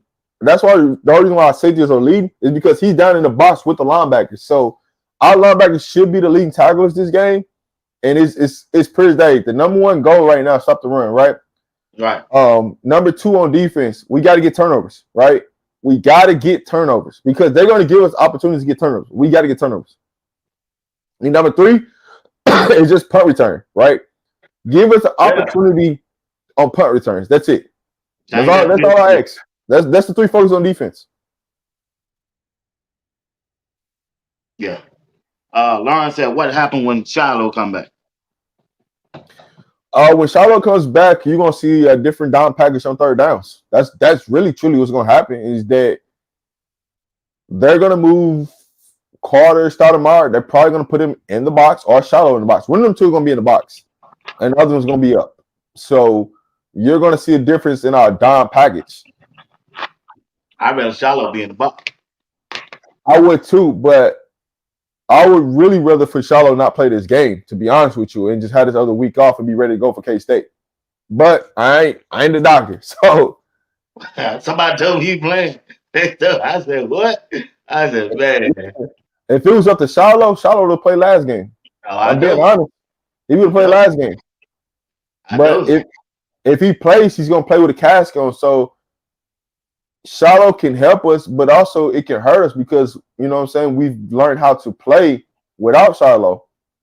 And we've learned how to jail. You So don't it want could to be feel it out. no, trust me. Trust me. Charles one of them guys that I want on the field if we can have him on the field. But what I'm saying to you is the way the defense has been performing these last 2 weeks, I would rather him not play, and then we go into the bye week, we get healthy, Oh, you just don't and want we to play in this game. right just this Right. game I because got you. we're the way we're gelling on the back end right now, and what Carter Stoudemire is doing, I just rather play it safe in that end, and then have Charlotte get healthy, have him ready to go, because I know he want to knock some heads off at K-State, and I know he got somebody in mind. So I'd Yeah. rather have him ready for that. You know what I'm saying? So Right. Black Billy is more important than having Shiloh for me Okay. this game. Right. Right. Boy, can you Just 'cause- imagine him and Cam back there coming down in that box, boy? Ooh, ooh, ooh. Shiloh, boy. here's the thing. Here's the thing that happens. If Shiloh's back, then Cam doesn't come down in the box. Cam stays the high safety, and then Shiloh's in the box. So Right. you Right. take away That's that. true. That's true. Cam, yo, So Cam a ball hog anyway. yeah. So that's the part that you deal with. If Shiloh's back, then the roles will reverse. Now, now Shiloh's in the box and Cam is the high safety in that situation. I'll go with that. I'll go with that. So, all right, got about a minute left. What's your final prediction, big dog? What's your expectation? I haven't even thought about it yet. So I'm doing this right off the top of my head, man. I haven't thought about it. I expect Shador Sanders to go for over 350. For over 350, I expect 3 touchdowns, and I expect the running back to get 2 touchdowns. So with that being said, I expect this Colorado to score at least 38 points this game. UCF, I expect them to be in the game, but I feel that we're going to take advantage of their defense to score enough points to win this game. So I expect 38-35. We win by 3. What do you think they're going to boy? They're going to score 35 points against defense? Our defense? You got to think about it. They're at home. Some fluky is going to happen. I always think about certain fluky stuff always happen when teams play Colorado. That's what I always think. That's what I always think about anytime somebody plays. Colorado will cover the spread. The minus 15 points is ridiculous, but that's cool. Man, If I'm you're a going to betting talk to you person, about that next. Man, what you think about that, bro? listen, Got if you're that a betting person, if you're a betting person and you ain't take that 15 and a half point spread, you're a fool. Like, that's just free money that they're giving to you. It is, man. Good. But here's my thing, though. I just think that Vegas is still trying to figure out this Colorado team. Like Vegas ain't been right on not one game this year on Colorado. Like the margin hasn't been right not one time. Ain't even came close. So you gotta, you know what I'm saying? Like last week we was a plus 14 and a half. This week we're negative 14 and a half. I mean 15 and a half. So it can go any way. But I'll tell you this: it ain't gonna be a 15-point blowout. I don't think from no side. Now, the only way it's a 15-point blowout for Colorado is because UCF turned the ball over 3 times. But I do expect us to get some turnovers this game. I expect us to get some sacks this game. And really turn up because we're in the state of Florida. And so I'm just in the mindset of we're gonna score at least 38. Now we can, in true reality, we can really hold UCF under 21 points. Mm-hmm. But will we be locked in all game long? And the determining factor how this game really gonna go is the first half. The first 2 quarters of this game gonna tell you how this game gonna go. If we shut them down the first two quarters, it's game over in the second half. I can go with that. Bro. All right, Rod, I don't help you for 2 hours, man. I appreciate you, brother. Got a couple things I need to do before tomorrow. Go back to work tomorrow. But anyway, man, I just want to thank everybody for tuning in tonight. Today, this afternoon. We're getting ready for Colorado and UCF. I expect this game to be 31-6. I don't see UCF scoring a touchdown on Colorado defense if they get the personnel right at the right time on the down and distance. I just don't see that. Cause they just got too much talent and depth on CU side to me than any other team that I don't saw and that I don't cover. I hadn't looked at everybody's team for depth wise, especially UCF. But right now, that's how I see it. But anyway, appreciate you, Rob. Shout out to Coach Dre. See him tonight. If y'all ain't doing that, Rob, you want to be a part of it, I'll shoot you the link and let you know. We come on at 8. We can talk about it again, bro. Just to hear y'all two go at it one-on-one. If you want to come back at 8 o'clock tonight, we'd love to have you before you make that trip down there to the Florida. I'll shoot you the link anyway. It's up to you to come on. But anyway, appreciate you, man. Thank everybody for showing up in the chat and also who's watching the show. Once again, hey, may God continue to bless you and your family, Rod. And always remember, man, if you be good to God, God will be good to you. Once again, thank y'all. Rod, I give you the last word, and we out of here. Before we end this broadcast, I just want to say thank y'all for everybody that came out to support while we doing this live stream right now. If you're in here watching, man, all we ask, man, is just hit the like button to the channels, subscribe, hit the notification bell so you know when we going live. It's always a blessing to get on here with my brother BWatts. My brother gonna be on here tonight. Y'all might see me back on tonight. So, man, it's just been a thankful. I'm just thankful. Blessed. Anybody that's traveling out to the state of Florida, safe travels. I will be there in person. So just let me know. Leave a comment under the video. Let me know if you're gonna be there. I will be there. So hey, safe travels to everybody. Thank y'all for tuning in to this broadcast because we couldn't have did this without you guys, man. And we appreciate y'all, no doubt. So we'll see y'all tonight, 8 p.m. Eastern Standard Time. Right. That's right. Good night. Good day. Y'all have a good night. See y'all tonight. Appreciate it, Rob. See you.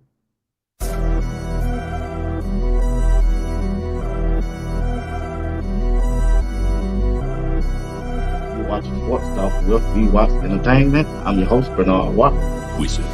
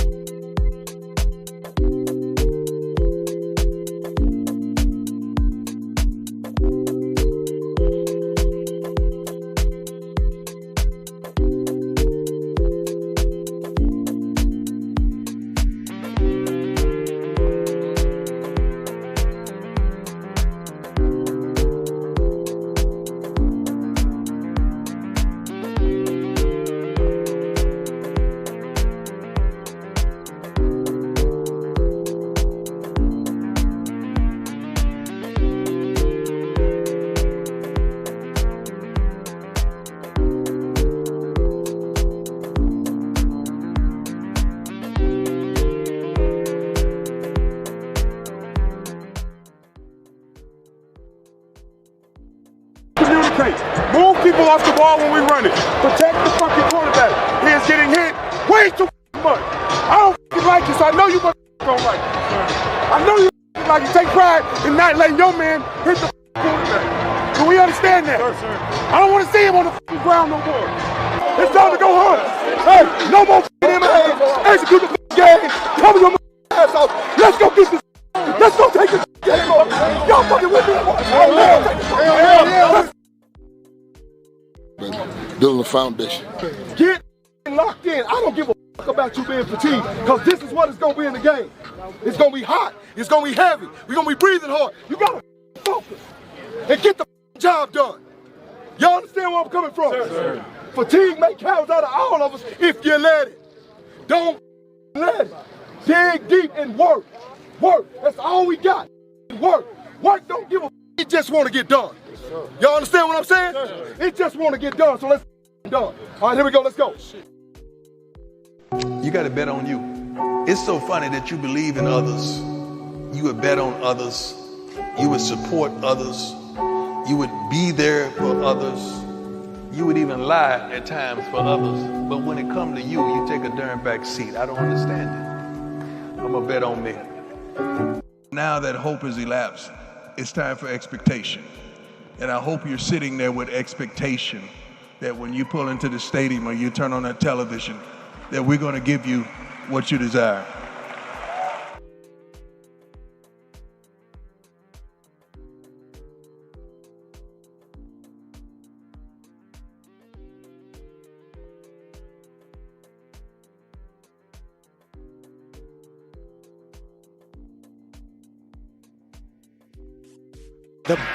Just the burst, fearlessness, run through, face up, finish tackle.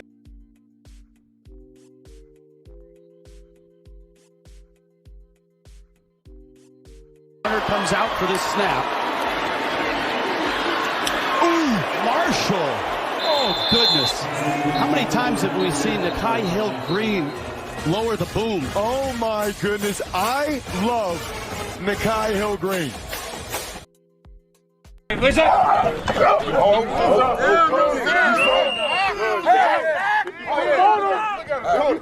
Toward him.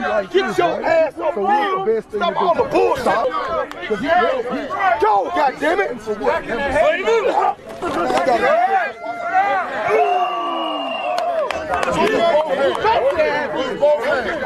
Well, get out the way, bro.